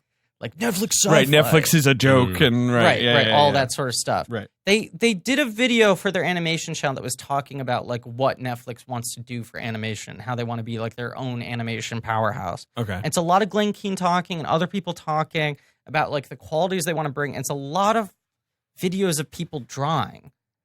And obviously, even if you're doing CGI or whatever, you still have to do the sort of basic drafting, of. Is the drawing like character modeling or? That's what's unclear. Animax I mean, or- this is really like a video that's not going into details, and I don't remember if they've announced anything. But I kind of believe that like Netflix, as they are trying to like disrupt the industry by doing the things that other people aren't doing, making films about the types of people that aren't being made or the genres that are sort of dormant, like the romantic comedy or whatever, Right. that they're going to be like, here's our slate. We're doing like 4 hand-drawn animated films. Right. I think they're not announcing them because it takes years, and Netflix likes announcing everything very shortly before it comes out. And they have the Selick movie, which is supposed to come out next year. Mm-hmm. I think they're going to start announcing a bunch of classically hand-drawn films. If they're smart, that's what they do. At a time where every other studio is like, we're done, and you're feeling more and more of a push from like the intellectual community. Yeah. You Can't let this die. and that's also this weird thing that Netflix has done where it's like, we're going to gain legitimacy by going to the most sort of artistic sort of That's always been their move, right? Right. Much like Amazon. the corners that are seen as Companies have been uncommercial. around. Right. Is CG animation 3D anim- in Japan, like, is that taken off at all? Like, this You is mean- Pixar style? I guess it's more expensive. Yeah. Right, Well, that's like, the thing I yeah. don't the quite infrastructure get about required- it in the U.S. is like it just seems like transitioning from the era. I guess it's one thing to have digital like 2D animation, but yeah, I think the weird historical trajectory toward the most expensive possible animation Yeah. seems counterintuitive to me. I don't quite get it. I'll say this. It is easier and cheaper to make bad CGI. It is also harder and more expensive to make good CGI. Yeah. Right. You can make the Crayon movie. Or Norm of the North or any of these bullshit things where you're like, what is this? Like, if you have 2 sets and your animation, your performances are bad, you can make a shitty computer animated film faster than a hand-drawn film because you don't have to draw every single frame. Sure. You have models that you can just sort of reuse in a sloppy way. Right. But to do it well You need a big lot of infrastructure, a lot of people. Right. is A lot- insane because lot there of are all these time. different departments that don't exist otherwise. Okay. The texturing departments Hey, and your lighting departments. You got a and texture. all these You sorts got a of texture. things. But every other country has, I feel like, moved to CG. I mean, like I was in Barcelona recently, and there was so much CGI shit in Spain. Anytime we were turning on the TV, I was surprised by the amount of like completely native Spanish cartoon shows or trailers for Spanish. Like, this is the 3rd in this franchise of beloved CGI Spanish CGI movies. I keep saying CGI. CGI. But I feel like at least what carries over here in any way, you don't really see Japanese CGI. Yeah, I mean, I think Japan's. I think the way that anime has adapted to like digital 2D animation is just more graceful than the way other countries have adapted to like 3D post VeggieTales animation. Right. I don't know. Because I think China even has more CGI animation now. Interesting. Yeah, I believe it. Japan seems to have stayed pretty strong. But obviously, these movies are still popular in China as well. There's that crossover. Yes. All right. He gets shot down. Yeah. Porco. He pretends he's dead. He's sort of like, fine, you think you killed me? That's great. I can lie low. And also, I'll let Curtis sell the legend. Right. He's going to brag to everyone that he killed me, which gives me some time to lay low. Because Porco... It's the Harvey Dent thing. It's the Harvey Dent arc. Right. Yeah. Right. Porco is a wanted man. If they know some of these shores that he's washing up on, they're going to apprehend him immediately. Yeah. Right. So better for him to let everyone believe that he's dead. Right. And then not much happens until the he end. needs to regroup, right? He's he just needs to hanging fix the with plane. Piccolo. He He at least meets needs to fix the the plane. Yeah, excuse me. He meets a great friend. No, he meets great people. He's I'm just laying saying, low though like, because he doesn't have a plane. right. The action is now basically until the final duel. Not a lot of action. But this is the thing I like about this movie. Yeah, it's not a long movie. Once Theo gets introduced, Mhm. I was like, oh, this movie's also kind of a true grit narrative. Oh, Yeah. she's Haley Steinfeld. Yeah. She's And even the way it ends with the narration, which we'll get to, Mhm. it is this thing of like, this is this man who was like very tough to break through to, who taught her a lot of lessons, who she taught a lot. And they were just together for this brief period of time that changed the rest of her life. right. And she reminded him that he's not just a cursed pig man as well, right? Yeah. You know what? She kind of drew that out of him. Yeah. I don't know. I think they're really nice friends. And I just like any story where someone has to prove that they know what they're talking about like this. Sure. Yeah. You know, that he comes in, he's like, where are your sons? Who's this He's a funky little girl? retrograde. Yeah. Yeah. But it is funny how like the beginning, it's like the earliest minutes and the latest minutes of the movie are very actiony. Mhm. But like you said, after he gets shot down, it's all of these scenes where he's riding the plane, he's riding the train. He has to get the plane to the shop. He Him goes sitting to on the shop. train is pretty great. That's the thing. It's like all of the. I Or think he's just all like, of fine, that. I'm dead. Who cares? all of the stuff that's him dealing with the fact that his plane is fucked up. Yeah. Right? These scenes, it's like I mentioned earlier, like I'm from Richmond, and I think a lot about my own childhood watching this movie because I grew up outside of Richmond, and my dad used to drag race, and Oh, he used to just work really? on his car all the time. Sure. And it's just sort of Wow. like the middle part of Porco Rosso is totally the vibe of just like observing people who are really into their cars. Yeah. You know? And like drag racing, I imagine it's like your engine is what's most important because Yeah, like the yeah, car is not yeah. gonna. You don't need. Well, my long. dad has a Yeah, 68 nice. Camaro. It's Well, that's very nice wow, blue, cool. nice paint job. Wow. But All right. but it's when I was a kid, I didn't get it at all because I fucking hated cars because they were super loud. Like Yeah. racing is super loud. I Yeah. hated how loud it was. I hate it when I was a kid too. It Yeah. was too loud. The culture of it, Don't I like didn't it. get. But then I watch a movie like this, and I think because of how meticulously all of it's animated, especially all of the sequences where Theo and all of the women and Porco are working on the plane and they're sort of animating this sense of assembly. Yeah. It's like, oh, I kind of get this. Well, I think that's the thing. It's like that's Miyazaki putting himself into the thing. It's like when you find a field where you can become obsessed, commit the rest of your life to having a complete understanding of this thing and a complete mastery of this thing. And when you're in it, even though it's difficult, you enter this flow state. yeah. You achieve this state of Zen. Right. Which, it's like people who race, they talk about that. Anyone who has any sort of like, passion for anything that seems dangerous. Yeah. When you watch like Free Solo and you're like, why the fuck would he do this? Right. And he's like, this is the one time I feel calm, Mm-hmm. I think, as you're saying, this midsection of the movie is like, this is a guy who doesn't really know what to do with himself when he's not in a dogfight. Mm-hmm. As much as Gina is like, why won't you accept Even though that- he's so cool. right?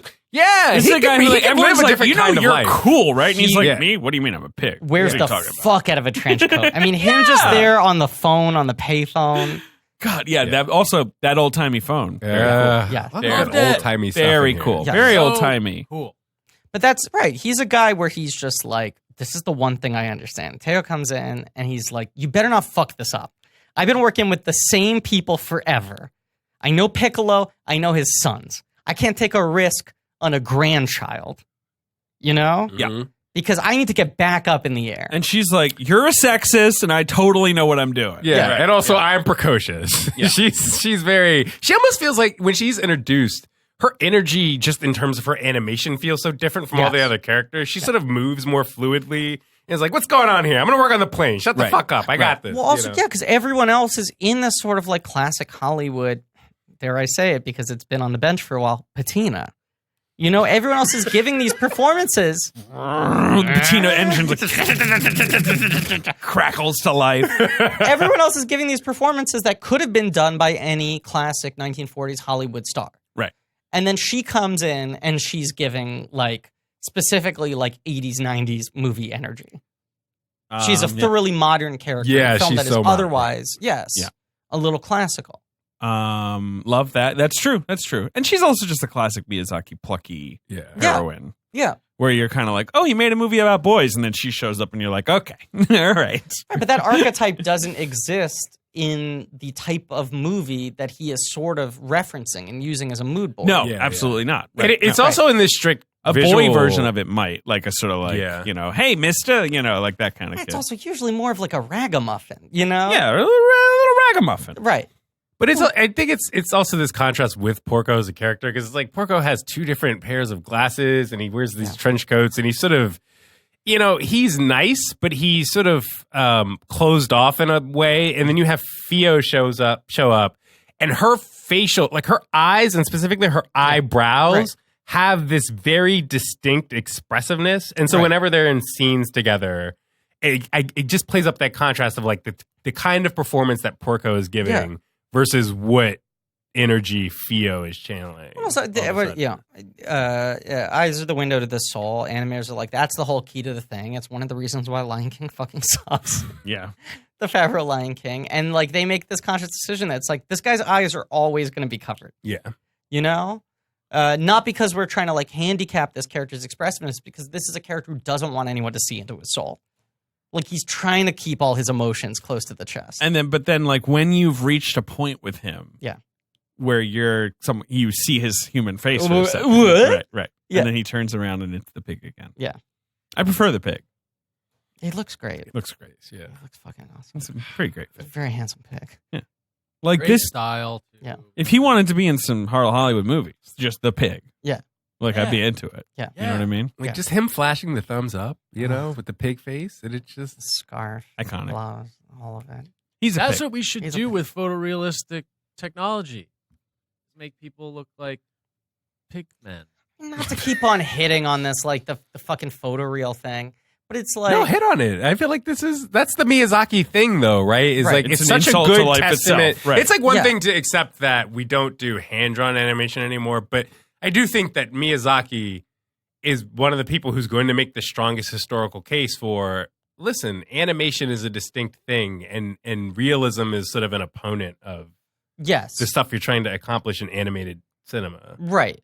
I just feel like, and this gets back to the Cats trailer as well, but it's like this thing of like, if you're going to use CGI, use it to make things that are like against the laws of nature. That could not exist. Right. It's like Tintin. And put like them in. do Right. things with the camera that are not possible, things like that. Right. Stylize people's faces in a way that like doesn't make sense. Or like, they should never make a live action Porco Rosso. But if they did, it's not like I'm against the concept of Porco Rosso being photoreal, because that would be in juxtaposition to real human beings in front of a camera. Porco Rosso. It's perfect. Now, he's He a saying pig? for a long time that he was going to make a sequel, Did he? and they wrote a script. And then let me get this excerpt. Yes, I'll find it. Okay. He wrote a script, Porco Rosso, The Last Sortie, that would be set during the Spanish Civil War. So Porco would be much older. That would Miyazaki was like, it'll be about like me being old. You know, like that's Yeah. like my angle. yeah. And he wanted Hirosima Yonebashi, the guy who made like The Secret World of Arrietty and When Marnie Was There. Right. He was saying To he wasn't going direct to it. direct it. I imagine. And now he that would Ghibli's ultimately like take- fallen apart, Right. like who knows? Yeah. you But know? now it's sort of back together again.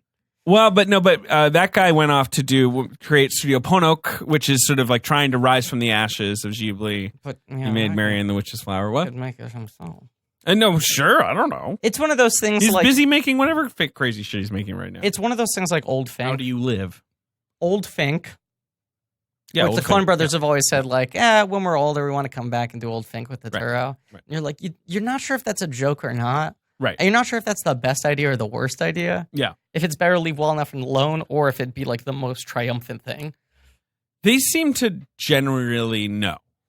Like, Yeah. you know what I mean? Because sometimes they'd be like, yeah, we're going to do a Jesus spinoff from Big Lebowski. And then they just And then let- eventually it's like, oh, someone else, Totoro's kind of making that. And they were clearly like, yeah, you know what? If you want to do it, that's fine. Like, we're probably not going to do it. Right, which was apparently the exact same attitude they had with Fargo. Like, people were like, this is such a big deal that, like, the Coens blessed Fargo. Right. And apparently their attitude is like, as long as you don't step on our shit, it's fine. You can do whatever you want. Yeah, it's like, okay. Yeah. Yeah, We just don't want to do that. right. God, Fargo's so bad. It's a good show. What do you think about Fargo? You haven't watched I it. never watched it. Never watched it. Season 1, season 2, great. I still Yeah, watched season one, three. season What 2. season is it in? So you only hate They season did 3. That's not Okay. true. You hated season 1, season Yeah, 2 I when they don't were like on. But three was kind of like, I was Really? like, Jesus, the earlier ones were actually Yeah. like something. Yeah, good. I haven't really, seen really 3 fell yet. off. New Queer Eye, great. Makes you cry every time. Yeah, that's a good Ben's show. TV corner. Here we Love go. Queer Eye. I love Queer Eye. I mean, Queer Eye is trying to get the water right. Like that's Oh, the whole. they've got it that's down to their a like fine mission, science right? now. Yeah, right. I That resisted. band teacher episode lead off. Ugh. I haven't watched the new ones yet. I resisted watching it for a while. I got into it once my back was injured, and I started watching a lot of shows that I wouldn't usually watch. I resisted watching it for a while because it feels like an attack on my lifestyle. Any show where people improve themselves or others, Yeah. You're like, I'm like, fuck you. yeah. What do you think you're doing over there? You're saying I should wash my clothes? I feel like the Watch good Wash your antidote. clothes. Watch it. But the good antidote to that, I think that the two Queer Eye guys who are really good antidotes to that sort of concern are Karamo Karamo's the best and one. Anthony, because they're both kind of incompetent, especially Karamo. Because if you think for like 5 seconds about what Karamo's role in Queer It's Eye great. is, Yeah. it's Which to one is like he? occasionally like say something about an album that came out recently. Right. And then just sort of like Is he drift like away. culture? Yeah. Yeah, And then meanwhile, the culture, other guy has to lifestyle, build a yeah. house or something. Just like, what Bobby the fuck is always Karamo? does the most Yeah, it's work. like Bobby's building a house and Karamo's like, did you hear the new Ariana Grande album? Right. It's like, well, what the fuck is your contribution, buddy? Like, what? The And- original and Queer Anthony- Eye had that too. It had Jay. No, but It'd he be like, you really handles- want a strong handshake when you walk into a room. But here's my He take. handles the sensitive conversations. That's his role.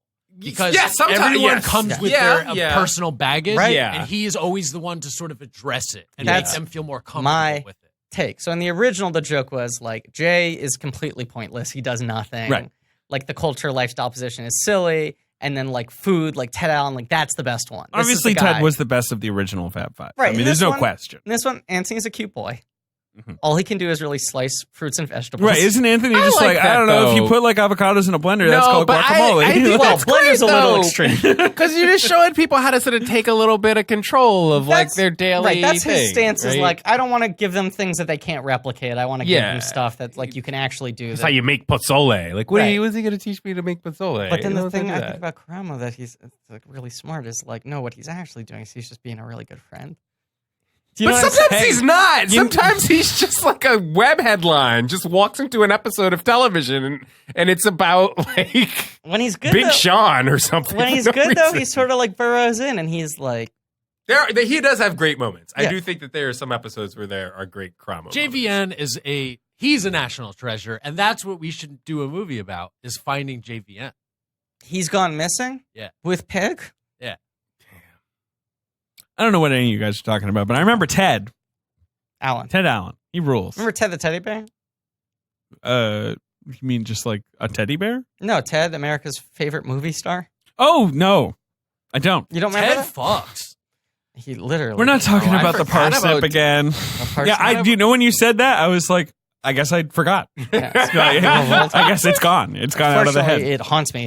It's burned in my memory. Every time I close my eyes, I see Ted fucking a woman with a parsnip. Yeah, but the thing about all that is like Seth MacFarlane even is sort of like, yeah, I don't know. I kind of just want to make my sincere Star Trek show now. Yeah. He's like, I get it. Everyone was into that for a while, but I feel like now I'm just doing the Orville on Hulu. It's just crazy how big the first Ted was. We talked about this on the podcast. On this podcast? Yes. Seth MacFarlane voices Curtis. That could be a good alternate casting if they do the Porco Rosso sequel. Well, because Seth MacFarlane does have that, like, I'm Yeah. Sinatra reborn, Yes. like that vibe, right? Yes. Oh, God, that's of all of Seth MacFarlane's vibes, many of which are bad. That's one of the worst. The like, I'm a song and dance man right? at It's heart. like Right, it's like uncanny, or I don't know, something about it that feels like no one asked for this. Do you know what his album of standards is called? Maybe he's made several I now. forget. It's on the tip of my tongue too. Music is better than words. Hey. I believe is the title. Hey. Damn. I think that's what it's called. God, you know how rich he is? You're correct. Yeah. Do you know how rich he is? Can I take a guess? I can actually. 821 million. This says 200 million. Maybe It seems 7. low. Yeah. You gave him like Oprah income. I thought he had like Oprah income. There was someone I I looked would have up guessed the other- higher than 200. Yeah. But yeah. Anyway, Well, whatever. He also made an album called Holiday for Swing. Mm. Third studio album, No One Ever Tells You. He's smoking a cigarette. Fourth album, In Full Swing. I guess 821 is a little absurd. It's pretty high. Yeah. That's sort of like Spielberg number. Yeah, but he's been going hard. Maybe Fox fucked him on American Dad or something. I don't know. I don't know. We done talking about Porco Rosso? No, we got to talk more about Porco Rosso. This is another thing I like. Okay, what's another thing you like? I like that Curtis is this like Hollywood leading man type. Sure. Especially of that era. Like you said, Clearly Douglas has the Fairbanks, insecurity Errol about the fact that he's not actually Morris. a tough guy. Right. It's Errol like Flynn. this actor, action star kind of thing that goes back to like, John Wayne not serving in the war. Sure. You know? Sure. He can't back up his right. Right. That like he wants to be a movie star and be the president. He wants to have these performative roles, but he hates that Gina likes a fucking pig more than him because he actually gets his hands dirty. She's chill about it though. Yeah. Like for the whole movie, She's she's like, incredibly chill for I the like the entire pig. film. Yeah. I like the pig. Well, let's what talk can I about- tell Because you? you think that Porco's chill because he's drinking wine and smoking all the time, but Right. he is overcommitted. Gina just gives no fucks through Yeah. this entire movie. And let's talk about her beautiful dream. Go on. Curtis it makes the proposal to her, and she's like, look, I got to be honest. I made a promise to myself. There's one man I love, and he only visits me at night at my restaurant. But if he ever comes here and on his plane when I'm in my garden, I'll know. And I can't leave behind the chance of that happening. Pretty devastating for Curtis, honestly. yeah. Yeah. Where she's like, not only am I rejecting you, but I've pinned my hopes on a pig visiting me when I'm in my garden. And then similarly devastating, he flies by. Yeah, right. Like right when she's saying that, it's like, Yeah. oh my God, here he is, here he is, here he Right. is, here's She's like, happening, check it and out. he's gone. Yeah, right. And I love that the movie ends on the note of like, I'm not going to tell you if you ever showed up. Yeah. This is our little secret. I became friends with Gina for the rest of my life. Porco and I, we kind of lost touch. I'm not going to tell you if you showed up in the garden or not. That felt very True Grit to me when she like shows up and they're like, yeah, he just died. I And love then the that end in of True Grit's just her walking through the cemetery and she's like, well, time comes for us all. Yep. Credits. Masterpiece, by Yeah. the way. Yeah.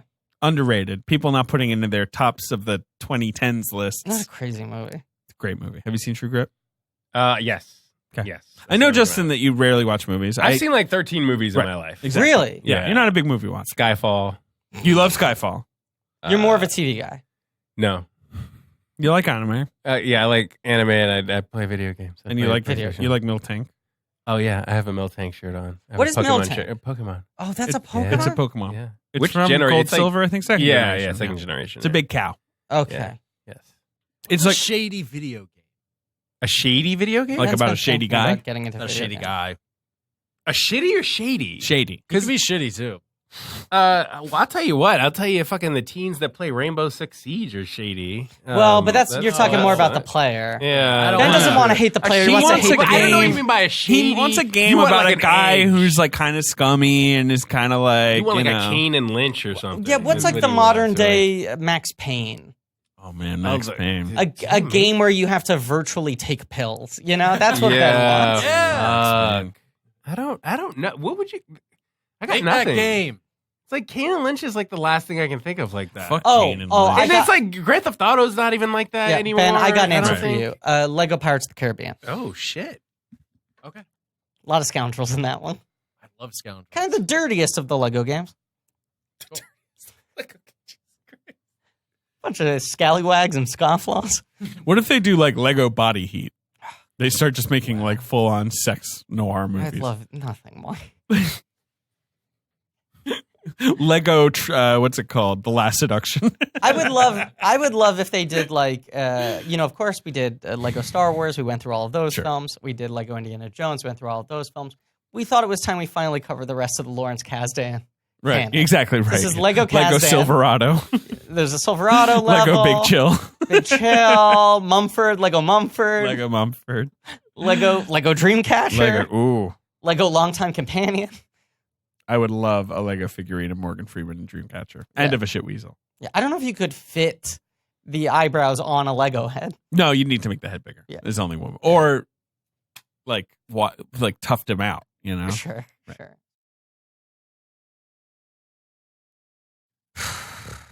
Oh, sign again. Yeah, I'm stressed out, David. About what this time? You're not We going to be already able to solved your solve this stamp one. problem. And you solved the sheets, but you're not going to be able to solve this one. Okay. Okay? The third time isn't the charm. I'm going to fool you. You're going to have no solution for this. Fine. I'm concerned about my legacy, Dave. Okay, sure. What What ki- you leave behind. What you leave Your behind. memories. Right. Well, no, not less the memories and more what I physically leave behind. Okay. We're not going to leave behind a bunch of VHS tapes and DVDs, and stacks of 1 hour photo Listen to me. prints, all these things that my family's going to have to inherit. And go, I had what do this. we do with this? I had a What box. a crummy legacy. A box filled with old videos. You know, my great grandma talking on camera, photos. And you found no solution, and you're as stressed as I am. Great. Okay, can we go back to the No. show? What I did was I spoke to our friends at Legacy Box. I forgot to look at it. They sent me a big old box. It's a big old box. The titular box? They send you a box. The titular it does legacy? arrive. It's basically an empty box arrives. The What- eponymous legacy box. What do you put in the box? Legacy. You put in anything you want. You put in film reels. What? Like this. Do you want to tell listeners what that is? It's my most cherished memory. It's a 35 millimeter trailer for Elizabethtown. And we're not joking. You put in like VHS tapes. You can put in old family photos. You could put in shady Polaroids you've taken over the years. I mean, I suppose so. It was more of a family thing for me. Griffin is tapping the celluloid right now. I want people to hear this is what a 35 millimeter print of the Elizabethtown trailer sounds like. And up until now, I've had to carry this thing in my pocket every hour of every day. Right, It's because there's probably no other way to watch why that. my back went out. Right. And every time I want to show someone the Elizabeth trailer, which is Elizabethtown. every hour. Not the Elizabeth trailer. Well, I also do that, but I'll talk about that in a different ad read. Every time I want to show someone the Elizabethtown trailer, I have to pull out a projector and find the white wall. And it's driving me crazy. You're telling me I could put this in a legacy box. Here's what they'll do. And they could upload it. And for the first time ever, I can watch the Elizabethtown trailer online. Here's what they'll do. They can put it into a thumb drive, Oh, my God. into a DVD, into a digital I download. could carry any of these things. They have easy to follow instructions, safety barcodes for every item. You get all your old stuff back with perfectly preserved digital copies. And you get personalized updates. They'll let you know every step that you get personalized updates. There's, 12 emails that'll just tell you what's going on. 450,000 families have trusted Legacy Box with all their stuff. I just want to double check. We're talking trailer version number 2. It's 2 minutes and Oh my 55 God, seconds. DTS with SR optical backup and quad tracks. They could handle that? Yeah, all the work is done by hand right here in the USA. All right, so listen. That's the sound of the trailer being thrown into the garbage. There's then. never been, throw it in the box. Oh, you're right. that I was should put very it in the dramatic. box. Okay. All right, there's never been a better time to digitally preserve your memories. You visit legacybox.com today to get started. Plus, for a limited time, they're offering our listeners an exclusive discount. Go to legacybox.com/check to get 40% off your first order. That's legacybox.com/check. Save 40% today and get started preserving your past. Porco Apart before the duel, what else do we? I mean, he recalls his pig transformation Yes. in the Adriatic. Well, right? we gotta talk about this scene. Okay. I love the This is what ambiguity of it. I'm trying to. Oh, this scene. Yes. Yeah. His explanation. The flashback. Yeah, Human man with a beautiful mustache. we love him. All of his friends get shot down. Yes, He's freaking out. it's during World War One. He goes up and up and up and up. He sees his friends. Yeah. Going up. Yeah. He sees like a big band of shimmery planes in the sky. Yeah.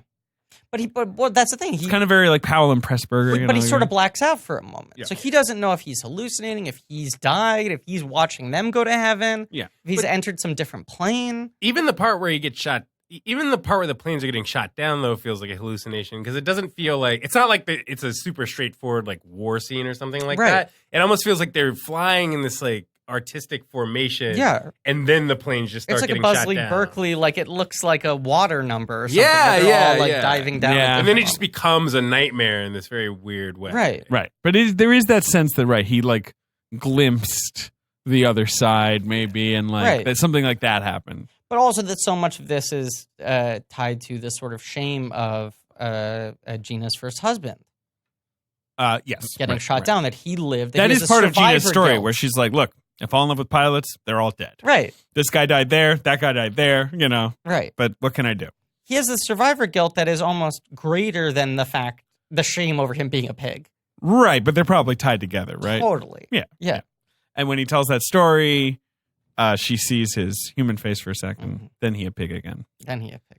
And then, come on, right? Doesn't Curtis show up? Well, the plane's ready. The pirates show up. The plane's They get the ready. plane ready. Although it's like They not been built- tested. Yeah. It's a little way tricky. Well, the takeoff after they first finish the plane when they're flying on the water and like Fio is built in the compartment so that she can fly in Porco's plane Yeah. earlier. Like that's a beautiful sequence to me. I love him saying, "You can't get my plane, even if your butt is small." There is a lot of butt talk. At A that lot of point, butt right? talk. She's like, "Are you kidding me? My butt's so small. Like, Yeah. you got the best butt you ever for planes you ever heard about." He's got a pig butt. He has a it's pig different. butt. Notorious They have very delicacy. different, right? Right. He's not one to criticize butts, really. No. Right. Yeah. He is a pig. Yeah, I mean, that pork butt could go for a pretty penny. A high-end restaurant. But one of my favorite visuals in the entire movie is all of the sea pirates, sea sky pirates, coming out of the little tent on the beach. Yes. Yes, the ambush. Stuffed in like a clown ambush. car, and We've then they all talked- like spill out. We talked about it in Castle This Guy, but like he's very good at large adult sons. Like, and the Yep. pirates are in Large both adult cases sons. large adult sons. Yeah. Adults in Miyazaki movies are always like the Buffoons. most fascinating thing. Yes. Yeah. Because it feels like a referendum on adults as a class of He humans. thinks they're stupid. Yeah, it I really mean, like does. his dads. We talk in Totoro, and like his dad's usually dweebs. Yeah. Yeah. Like the dad is kind of like, hey man, whatever.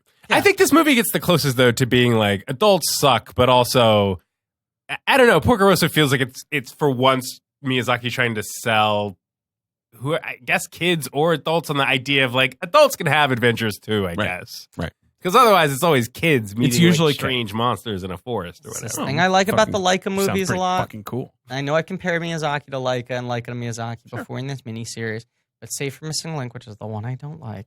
which one? Folks, he Missing didn't Link like I it. don't like. But I think I realized one of the reasons I don't like it is that it doesn't have a child protagonist. Mm. And the Leica films are really good on that Miyazaki level of like, these adults have gotten so caught up in all this bullshit that doesn't matter that they're sort of like oblivious to what's really going on. Yeah, Link is kind of that character in Missing Link. Yes. I guess. Like he's the closest to your child protagonist. Right. And I don't like that he isn't the audience surrogate character. That the audience kind surrogate of- character, you don't get him until 40 minutes I in. know. Your problem is the Jackman It's character. terrible. It's not great. Yeah. It's not great. It's like, what if someone was the worst? Yeah, what if someone's an asshole? Right. for And the you're like, whole is he movie. going to learn not to be an asshole? And they're like, yeah, like That's right at the 5 end. minutes? Right. Yeah. I didn't love that one either. I think you genuinely disliked it where I was like, it's okay. I hold It him in looks such high great. regard. It looks great. Looks great. I hold him in Do you such- like the Leica movies? Coraline? Yeah, I've never seen Coraline. is probably- I feel like Paranorman? that's You'd the- like Coraline. I don't have a take. You haven't seen Paranorman? No. Paranorman might show up a bunch. Name the other ones. Keep going. My best of the I feel like decade. I've seen at least Yeah. one of these. Yeah, I took a swing at a decade list. That's, I can I'm tweak gonna take a couple swings. it. It was some other Kubo? Kubo. I feel 50-50 on Kubo. Because weirdly, I really loved the voice performances in Kubo. But it sucks that they're all white people. Yeah, I still like the performances, though. I don't know. I like the performances. I like the style. Something about that movie didn't totally come together for me. Uh-huh. Yeah. I respect it more than I enjoyed it, except for the voice performances, which I thought were fun. And then Box Trolls, I assume you haven't seen. No. You should check out Paranorman. Paranorman Fox. Paranorman. I've seen Skyfall, Kubo, Porco Rosso. Melancholia. I don't know. Yeah. I'm running. It's like 4 of my 12 movies that I've ever These seen. are all good movies. Lucy. Lucy, another masterpiece made by a sex criminal. Yep. Katie just asked me for the Lights Camera Jackson Booksmart review. I had to send it to her right away. Okay, there we go. You sent me that Brady Bunch thing. It took me like 20 minutes to realize that's the Brady Bunch house. Yes. He's a weird guy. Lights Camera Jackson posted a video of himself walking down the street and singing Sunshine Day. And then at the end, the camera whip pans to reveal that he is in front of the house from the Brady Bunch. But it doesn't really, you're like, oh, okay. Like, it's like behind a wall. Yes. And it's like for sale. I just want him to do more musical numbers. Oh, is that what you want him to do? Yes. Of course, he does his 12. What if he like moves to Days of Christmas. InfoWars? Yeah, right. It could happen. It's a short walk. Do you like Lights Camera Jackson? No, but I do like the idea of Lights Camera Jackson moving to InfoWars brand umbrella. I like that. Guys. I actually really like that. I'd like if Lights Camera Jackson was the completely apolitical movie critic. Like Alex Jones was like, and here with another review is Lights Camera Jackson. That's something you get Lights Camera Jackson, And like he's Anthony Fantano. You can really put a lot of. You can Right. actually build InfoWars into like a modern critical powerhouse If of Alex- a sort. You can do it. If You Alex can do Jones it. doesn't change at all. The but globalist. everyone else he has around him is like a broadcasty, sort of like pro. Right, and he's like, I give Stuber 3 bags of popcorn or whatever it is he does. If you're looking for a fun ride in the theaters this summer, you could do worse than hitching a ride with Stuber. But then, like, once in a while, a Booksmart comes along where he's like, what? It's clearly like it's like he's trying to shift without pushing down the clutch. Like, you know what I mean? Like, he's like, these are teenagers? I don't think so. Yeah. And then he has to go back to his Borg cube for a day to like recharge or We're whatever it supposed is to like Lights this Camera movie, Jackson but does. these teens break all the rules. Like, literally, I say cuff them. his written review of Booksmart Is this is like, Sinatra now? What happened here? Oh, man, what if Sinatra and Lights to the his review of Booksmart, his written review. it's just like him being like, teens don't behave this way. Outrageous. They're dishonest. They don't listen to a thing their teachers tell them to do. Let me find the actual review now. Did you see Booksmart? Jay? I haven't seen books. The last movie I saw with you was Power Rangers. Oh yeah, that shit was That's fire. a I like great Power Rangers. movie. Right. The last movie I saw in a theater had to be First Man, which I liked a lot. Wow, so you see like one movie a year. Wow. Here we go. Wow. Here we go. Okay. The entire narrative revolves around the fact that Amy and Molly don't know the locations of the night's hot party. We're supposed to believe that these two classmates, who are apparently intelligent young women, they can't find out where this huge party is. Utterly ridiculous. Well, Lights is the guy who always knows where the party's at, though. That's the thing. He's like, never. I was aware of every party. Right. No one ever definitely didn't tell me where a party was. I chose to abstain. The kids are, big surprise, a stereotypical bunch of modern high school misfits. Instead of getting ready for college, this cast looks like they should be wrapping up grad school. Too old looking. He really did not. He gave it an F. What's his top movie of the year? Do we know this year? I feel like. I don't know. His only A listed right now is for Wild Rose, which is a good movie. That is a good movie. Love that movie. Did you see it? Yeah, I loved it. Isn't it fucking great? Yeah. Oh my God, I didn't know you saw it. I'm excited. It's really good. It's so good. It's really good. I've been listening to the soundtrack Me a lot. too! I didn't realize Mary Steenburgen wrote that song. She wrote the fucking Mary Steenburgen. She just woke up one day and was like, I can write country music now, and wrote down a song. It was famous people are weird. Yeah. Yeah. She's bizarre. Yeah. But Wild Rose, have you seen Wild Rose? Ben. This lady. Okay. It's a woman from Glasgow who She's gets one out of from jail Glasgow. She gets out of jail. for smuggling heroin. She's a single mom with 2 kids. She gets out of jail. She lives in Scotland, in Glasgow. She's real wild. Working as a cleaning lady, but all she wants to do is get to Nashville. And sing country music. Cool. Yeah. She just wants to fucking honky tonk. 3 chords in the truth.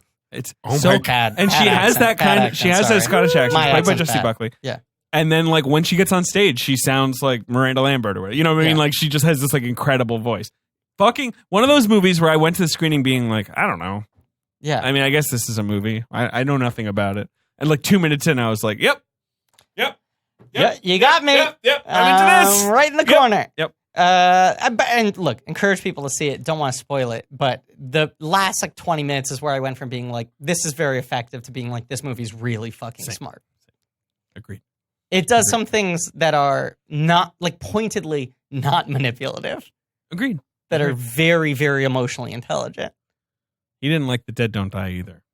Adam Driver repeatedly says the line, this is going to end badly. Not only does it end badly, but it begins badly. And the middle is even worse. I mean, Wow. He did. Vicious. Yeah, I know. you got to give him some points for some killer dunks there. Rack attacks. Yeah. He's on fire. Porco Rosso, come on. They have the big duel. They do have a very prolonged. The It's insane. Movie It's also is bizarre. I think it's pretty funny. I think It it's is, but Miyazaki it's making fun of men. Like, it's right. totally that, but Right. it's so it goes hard.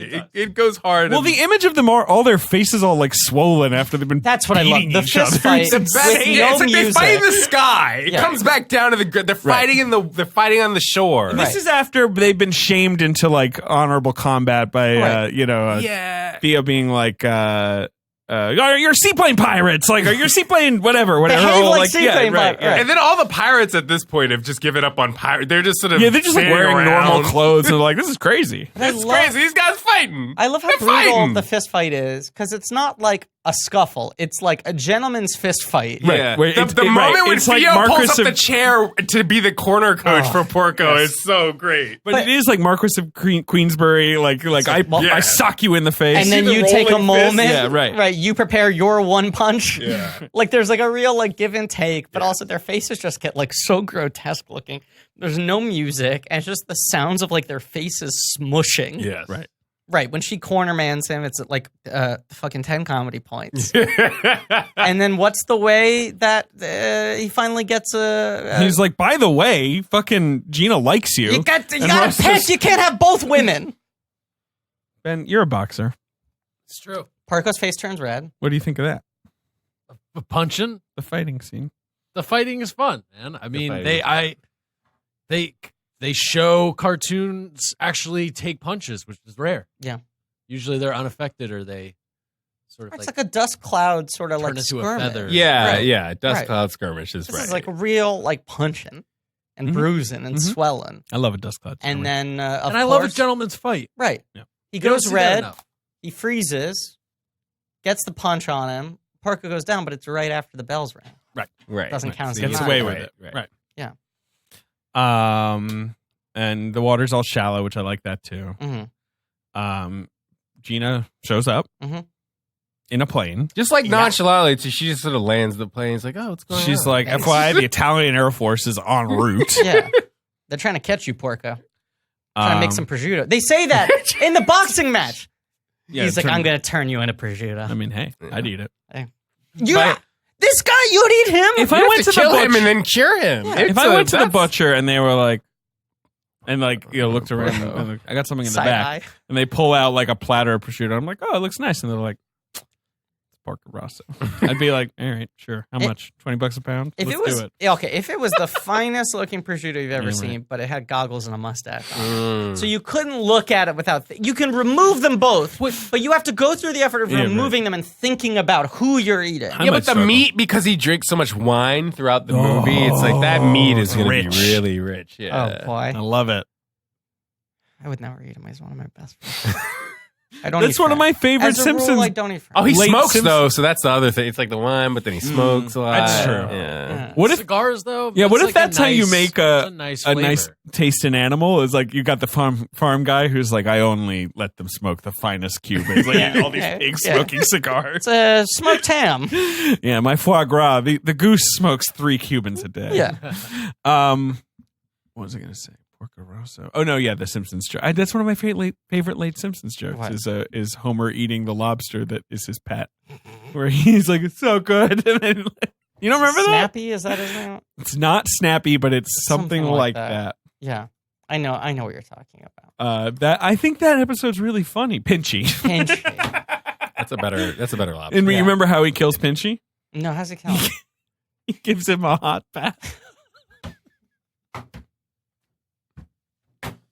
He's like, oh, he's upstairs. I wanted to draw him a bath after a long day. And Marge is like, Homer. And then it cuts to him like eating Pinchy. After a long day. Good guy. Sorry. We don't do enough Simpsons jokes on this. This whole podcast should just be us remembering bits from The Simpsons. Oh yeah, Honeydew's People the love money that. melon. Right. Honeydew is the money melon. What if we go back to it being a podcast about how there was only ever 9 seasons of The Simpsons? Oh, sure. We pretend. There's no bit to that. That's just a nice world. I know. Right. Like the whole point of The Phantom Menace being the only movie is like that's kind of a weird world. Yes. The Simpsons ending with season 10 is just a nice world. What God wanted. Right, Yeah. exactly. What season are they on now? Well, Simpsons starts the year I'm born, so I believe they're on season 30 or 31. Season 30 just ended. Yeah. Wow. Yeah, so 31 starting up right around the time this episode's dropping. That's insane. Yeah. Wow. Okay. Yeah. Too much. How many episodes are there in total? Can I take a guess? 662. Well, thank you for letting me guess. Sorry. The ending is this beautiful, like, Theo voiceover where it's like, Yes. this is her story You love now. this. She gets authorship of it. This becomes about this brief moment she had with this crazy pig man. Mhm. I love that she tells us that she gets a long-lasting friendship with Gina out of it. Right, because he kind of hands her over to Gina. Right. He's like, you deal with You this. go with her. But then Right. she's like, we remained friends for a very long time. I took over Piccolo. Yep. What's it called? Piccolo Aviation or Yeah. whatever the name of the company is. Yeah. And she's like, and Gina and I had a great relationship, and I'm not going to tell you what happened to Porco He Rosso. showed up when she was in her garden. This is for us to know. This is my story. I think the problem though, Theo's kind of papering over something, which is she takes over Piccolo. Mhm. They live in Italy, Mhm. and then eventually World War II happens. Let's So not talk Theo makes a killing off of making airplanes for the Italian guy. Like Hey, what's that's what The Wind what's Rises what's is the about, story, right? You know, Isn't it? yeah, It's but like, it's look, just. He's like, I just Interesting. love planes. I didn't realize they were going to be used to drop bombs on Pearl Harbor. What if the Yeah. Porco Rosso sequel is he comes back and he's like, let's fucking deflect. Let's like, Let's kill the Nazis. right. What if it's like a right. vigilante, you know? Well, the sequel is Spanish Civil War, though, so it's pre-World War Yeah. II. Oh, that's how they okay. get But off it is the- again fighting fascists. Yeah. I assume he's not That's how they get off the hook there. into Franco. I choose to believe. What if Porco has to fight Theo? What if Theo has like this airplane? She has this empire, and No, you Porco know what? has to. I like this idea that it's the Spanish Civil War. Justin, you dark. I like the idea it's the Spanish Civil Theo. War, and now I'm realizing what I want is to believe that all the characters died right before Hitler took power. Yeah, there you go. That they all just had nice, peaceful deaths. Right. They all just like leaned back in their, with a magazine on their face, and that was it. Yeah, they overdosed on relaxation and contentment. Yep. That's the way to go. Okay, When can I you're do 800 years old. this box office Yeah. game with the top films in Japan? When was the release? Did you do you have some American box office? Oh, it's like 2018, the re-release. Oh, I mean, I have that if you want it. the numbers I assume are not. I don't know. Oh, wait, what number? Sorry? What?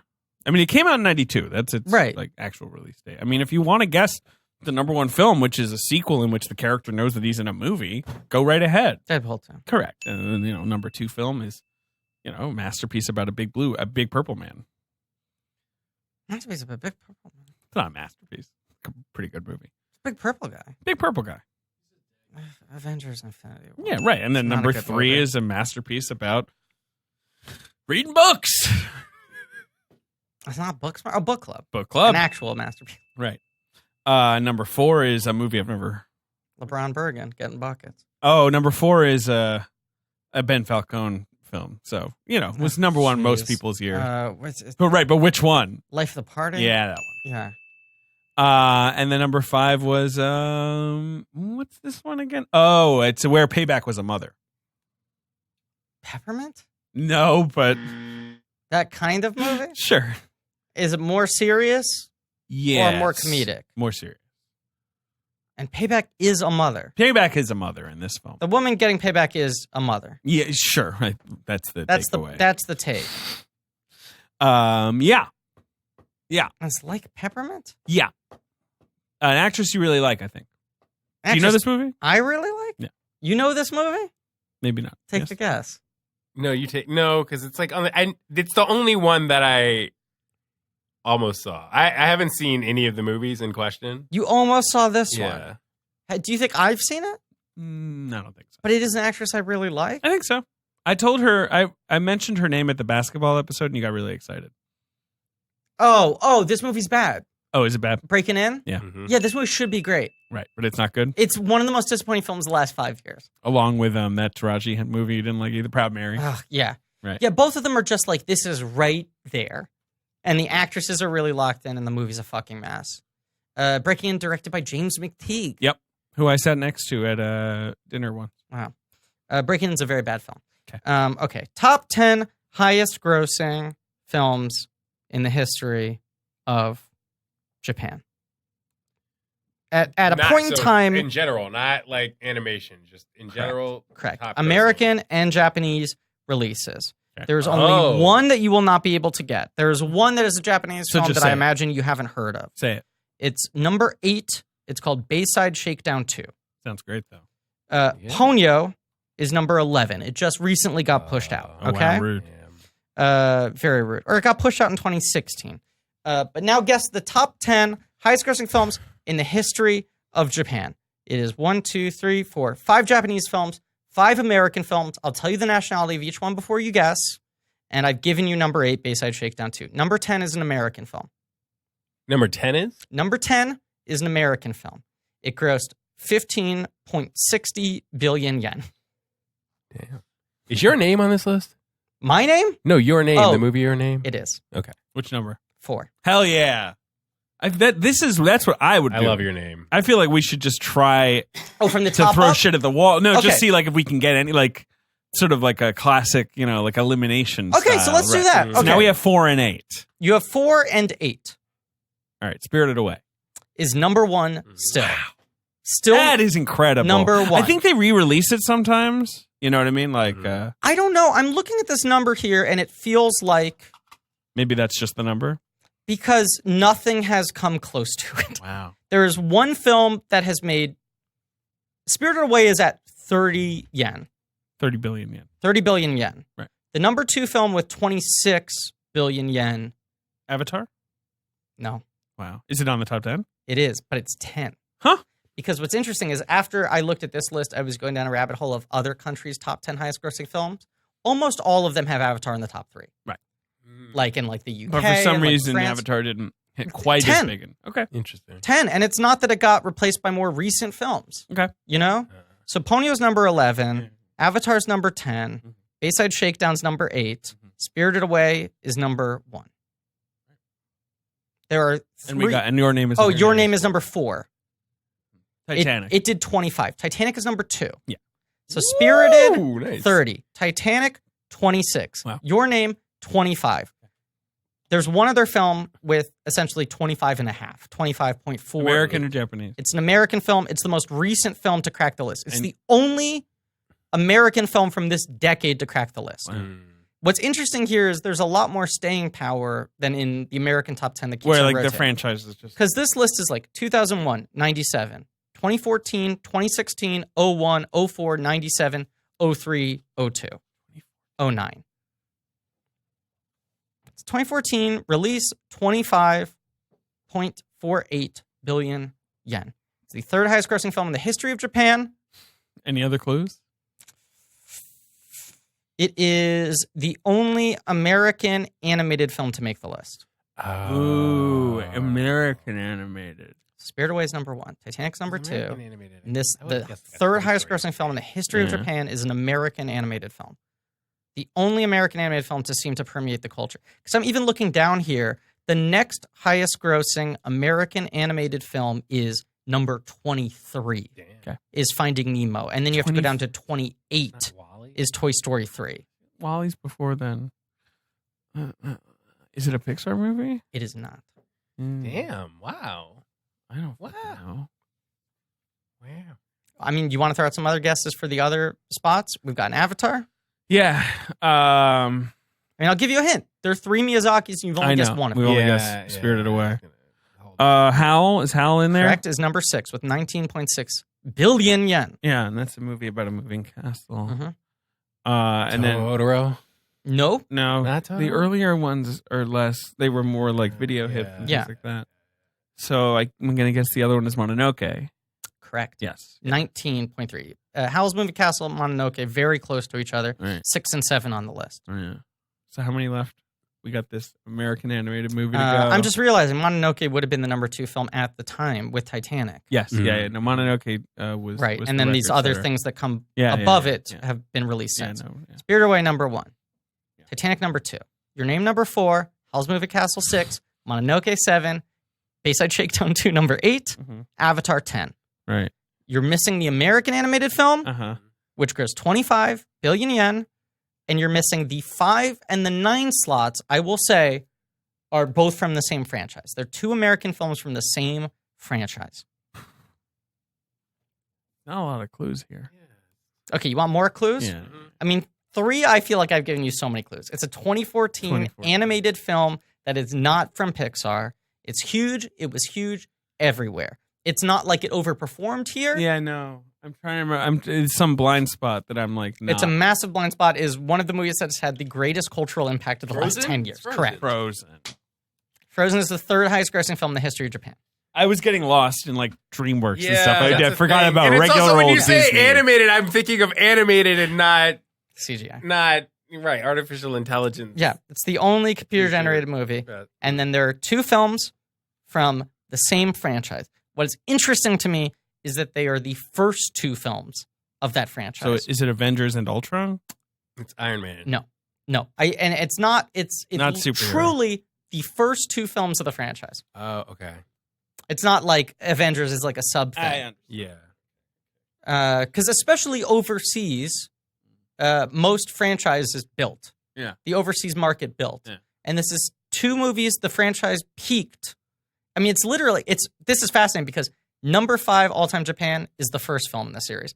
Number 9 all-time Japan is the second film in the series. Spider-Man. Number 13 is the third film in the series, Oh. which underperformed everywhere else. Oh. And then number 23 is the fourth film. Like each of them Okay. Can you did give us less, another clue? whereas in the Yeah. States they pretty much grew. There are 2 films in a long franchise that has since ended X-Men. definitively. Definitive. And they have been trying to do other shit around it. It's not X-Men. So like they're like, can we do other stuff in other mediums? Can we make movies that are sort of connected but aren't really the same thing? They're trying to keep the sanctity of the movies, but I feel like everyone feels like it's a matter of time until they bring the original actors back and do a new film. Oh. That feels like the thing where everyone's like waiting and they're like, they gotta be a little bit older What is to bring them back and do it. What is that? No, don't do it yet. All right. We're The almost first there. 2 films, I mean, I'll give you the biggest clue. They're from 2001 and 2002. They come out in successive years, and they're huge. One makes 20 billion yen, Potter. one makes 17 billion yen. Yep. Harry Potter. Never would have gone there. Philosopher's Stone is Yeah. the 5th highest grossing film in the history of Japan. Chamber of Secrets is 9. Chamber of Secrets. Like the Yep. one that everyone's like, Yeah. oh yeah, I guess so. Yeah. Now, let me throw out some other crazy stats, okay? Last Samurai, the 12th highest grossing film in the history of Japan. Armageddon, tied for 13 with E.T. and Harry Potter. Deserves it. Armageddon deserves it. The 16th highest grossing film in the history of Japan. Right. And far and away the most recent film to appear on Ridley this Scott's list. a good year. I knew that one. Bohemian Rhapsody. Oh, boy. Oh, boy. And then you get into like Jurassic Park, Phantom Menace, Wind Rises. 21 is Alice in Wonderland. Mm. Which has a very big presence in the Tokyo Disney theme park by all accounts. No comment. Everyone else, I feel like, is just sort of like, okay, we're done. And the 31st highest grossing film in the history of Japan? Why, of course, it's the original Bayside Shakedown, the movie. Me, I love a Bayside Shakedown. Anytime I'm in Bayside. I'm more of a Bayside Shakedown 2 guy. Well, I agree. I'm tired. So that was fun. People Me, were I had to cheering. see that Tarantino movie. That kid's a punk. You ask me, I like a good old-fashioned Bayside Shakedown. Okay. America's cheering, all of our listeners. They love it. Doing the wave. I don't get why this is my Sinatra. Yeah. I don't think he sounds like this. No. But this is what I'm doing. It sounds like your impression of my Joseph I Gordon-Levitt know. impression. That's kind of what it is. I was thinking about I that. know the precise weight of this loaded die. I'm going to sell these government secrets. I'm Edward Snowden, and I made a weird commitment to replicating his voice, even though What's no one weird? cares. So weird. No one cared about any part of that movie. me, Philippe Petit. I am French. Of course, am French. I walked on a baguette. That was my first balancing act. We said how he needs to complete A the stale trilogy. baguette. The complete trilogy of auteurs who peaked in the 80s and 90s making unnecessary remakes of best documentary winners. Okay, so And at the time I called that, we had not you have Yeah. The Walk, and then you have Snowden, Snowden. after Citizen 4. right. And since I made that call, another one has joined the fray in the Okay. annals of best documentary, which is clearly what he will do. Free Solo. He will do a free solo Yeah. remake. I'm Alex Honnold. Yes. I got to climb this here El Capitan. Right. I can't do it. He'll do a free solo remake with, Like, who's a lost 90s director? yeah, Curtis Hanson. He's dead. dead. Sidney Pollack is dead. In fairness, most of the people Philip we've Noyce. dragged into Yes. we've talked about a lot of dead people that we've nonetheless sort of reanimated for the purpose of this podcast. We've interrupted discussion. them. Do you have any final Porco Rosso or Miyazaki thoughts? Just watch. I mean, the movie's great. Like, Yeah. it's. Why is You this on texted me. Netflix? Like, I'm. he doesn't annoyed. put shit I on. know, doesn't but let it's anything on annoying because it's just like people should watch the Flying Pig movie. I Like, agree. I we didn't agree even with spend that much time on the plot because it's not a. It's Not plotting. Again, No. it's like you read Not the plotting. manga. It's No. 14 pages. You Yeah. get it. It's The big. whole point is it's the visual spectacle. It's animation. It's the loving And it's details. character. Yeah, exactly. It's a character-driven film. Yes. I love it. He's one of my best friends. It's the best movie ever based on an in-flight video. But even as a character-driven film, it's not even that much of a script-driven. Like, it really, I don't know, man. It's behavioral and it's Yeah, attitudinal. Like, I was behavioral, just yes. watching it and I was like, I'm in on the vibe of this movie. Like, I Gina doesn't say shit, but you Yeah. get such a vibe from Gina because she just sort of walks through the movie. I can set my watch to this movie because Yeah. I understand the way it's ticking. You Yeah. know, it's just like, I get it, baby. I love that pig. He's just a pig, and I he's working love on that his pig. he's working on his plane. I love that pig, He's working on his plane. He's working on his plane. Maybe we will get Porco 2 one day. Ben, you like this one, right? You're happy. On You're happy. Porco 2, Theo goes fash. Yep. That's Porco 2, Red Pill. Oh, God. Next week we have Mononoke. Ah, Yeah. Mononoke. Princess Mononoke.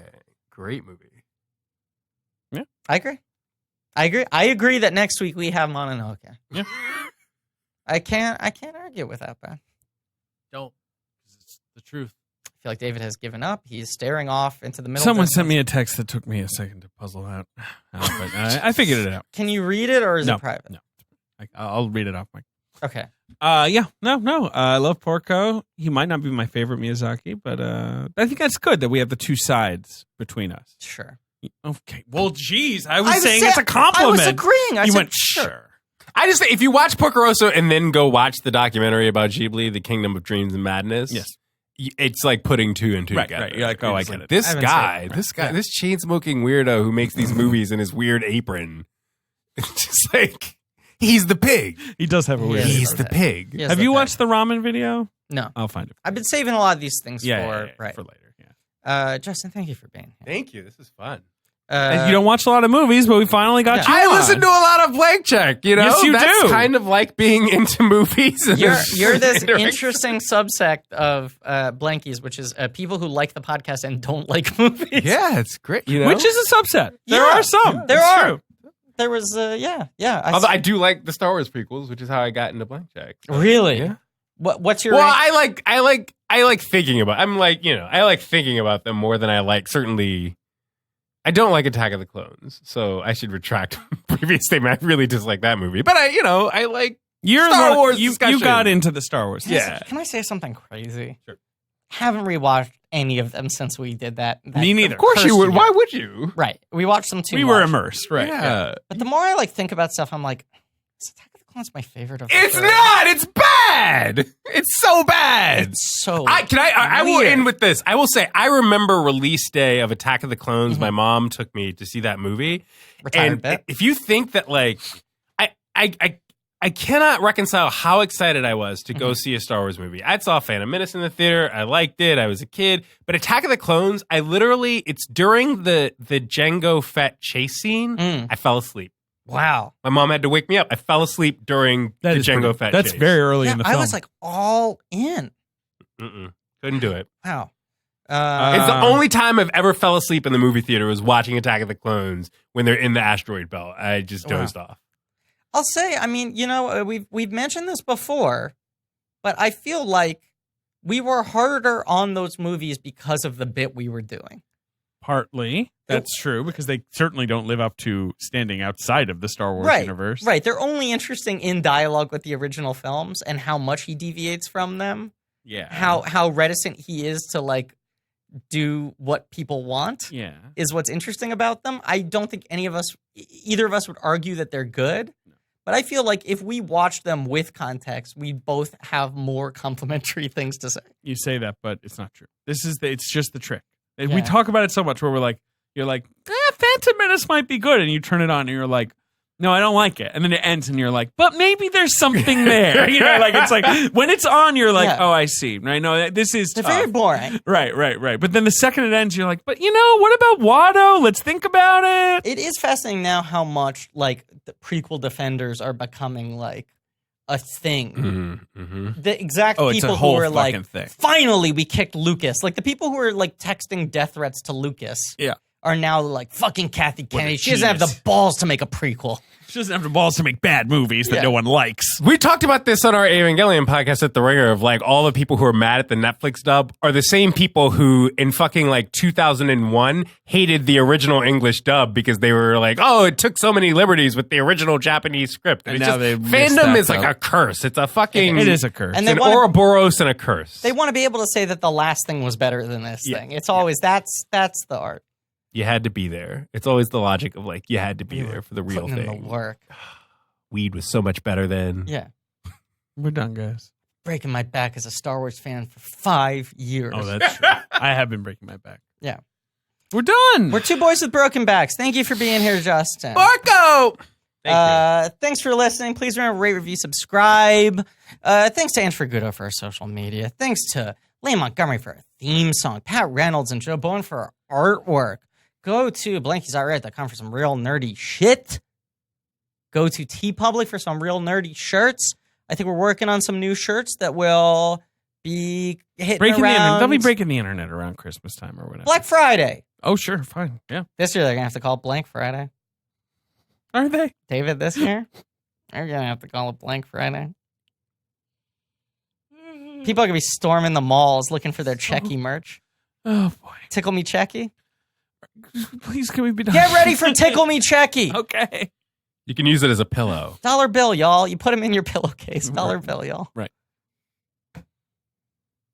Next week, Princess Mononoke. Yep. And as always, Go to Patreon. Patreon.com. Blank check. listen to some Marvel commentaries. Yep. They're good. What are we up to now? Good question. What would be approaching? Far From Home? Homecoming? It's going to be Black Panther next. Oh! Great A commentary. great one with Jamel Bowie. Yeah. I mean, we really actually did a good job on that. I agree. Although once in a while we're Yeah, just. don't call your shot. I think I remember when I was done. I was like, "Huh, that was good." It's- Don't you start? I know What? you don't like Michael B. Jordan. I love Jamel. You I love don't Jamel. like You love Michael Jamel. B. You love Jordan Jamel. in that Fuck. movie in Fuck. particular. Oh, I forgot about that too. I do, We fought in about this it. movie, I think he's good. I think he's good in Fruitvale, which is not a good movie. I think he's would agree bad with in Black Panther, which is also well, it's better than Fruitvale, but Good movie. Jamal's good. I'll listen to it for Jamal. Yeah, you should. It's a good movie. It's a good episode. It's also one of those things where like sometimes we're just quiet because we're like, oh, this is a good scene. You know, like we're suddenly just like, oh yeah, wow, oh yeah, this is cool. It's also usually when we do the commentaries and they're 3 in a row like that, by the third one we're like crazy. Right. And this one we're punchy. just kind of like, oh yeah. Oh, We're like, huh. oh, I'm just gonna give in to this movie. Good I don't movie. have the energy. Black Panther. Yeah. It actually holds up great when you do that because you've seen other Yeah. ostensibly fun and I good will say. Marvel movies, Yeah. and then suddenly you're like, oh, this is like this is something operating special. This is right, like a movie. right. Yeah. Okay. Anyway, yeah. So that's coming up. And as always, Porco Rosso fucks. I don't know. The episode's over. Get out of here. He doesn't. He does. Wait, you don't think he I think the whole... He seems kind of like I don't know. Okay, episode's back on. No. I think the whole point of Porco Rosso is that he fucks, and the movie is like him largely remembering what it is like to be one who fucks. Yeah. All right, sure. He fucked and he will fuck again. Yeah. Yeah. I feel like that's the tension in the movie. I don't think he And makes love because I don't think he will let anyone into that. the guy who sits there and eats that plate of pasta like he does and sips that wine like that guy fucks. That's a man. That guy fucks. Okay, you're right. He's all about pleasures of the flesh. I don't know if Miyazaki fucks. I think a new funny thing would be to be like, I saw the new Quentin. That movie makes love. oh boy, God, the Souvenir makes love. Souvenir does make love. Yes, it does. Donald Curtis does not fuck. Hey Ben, we're done. Yay. That was fun. Oh my God.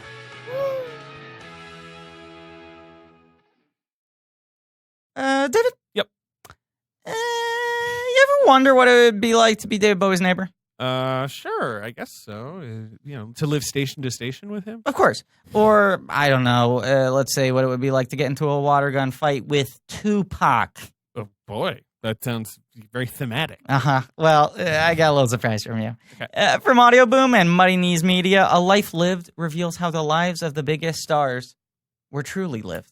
Oh, this is the show that has exclusive interviews from the people who knew them in life. Yep. Journalist Stephanie Okupniak tells the stories of the dead. Yeah, this isn't like some Crypt Keeper style show, okay? A Life Lived is a tribute to the icons who changed countless lives and continue to do so, even in death.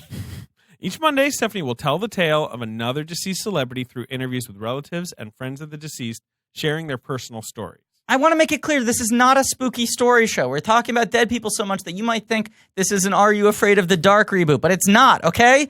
On A Life Lived, you'll hear about the lives lived by Amy Winehouse, Muhammad Ali, Carrie Fisher, and many more. You can tune in to find out Stanley's relationship advice, the Queen of Soul's favorite food, and which hardcore rocker fought Kurt Cobain. And I promise you, they're not going to talk about Draculas, Frankensteins, wolf men or women. All right. This is an Audio Boom original. It's an unmissable listen. This Audio Boom original is an unmissable listen. A Life Lived. Yeah, it's a very easy thing to say, unmissable listen. Uh-huh. And A Life Lived is out now. Okay? Right now. Okay. I'm ready. It's snuck up on you. Okay. It has new episodes every Monday. So be sure to search for and subscribe to A Life Lived on Apple Podcasts or wherever you get your podcasts. No ghosts allowed. Unmissable listen. Unmissable listen. Don't miss it. You can't. Unique New York. No. Unmissable listen. Unmissable listen.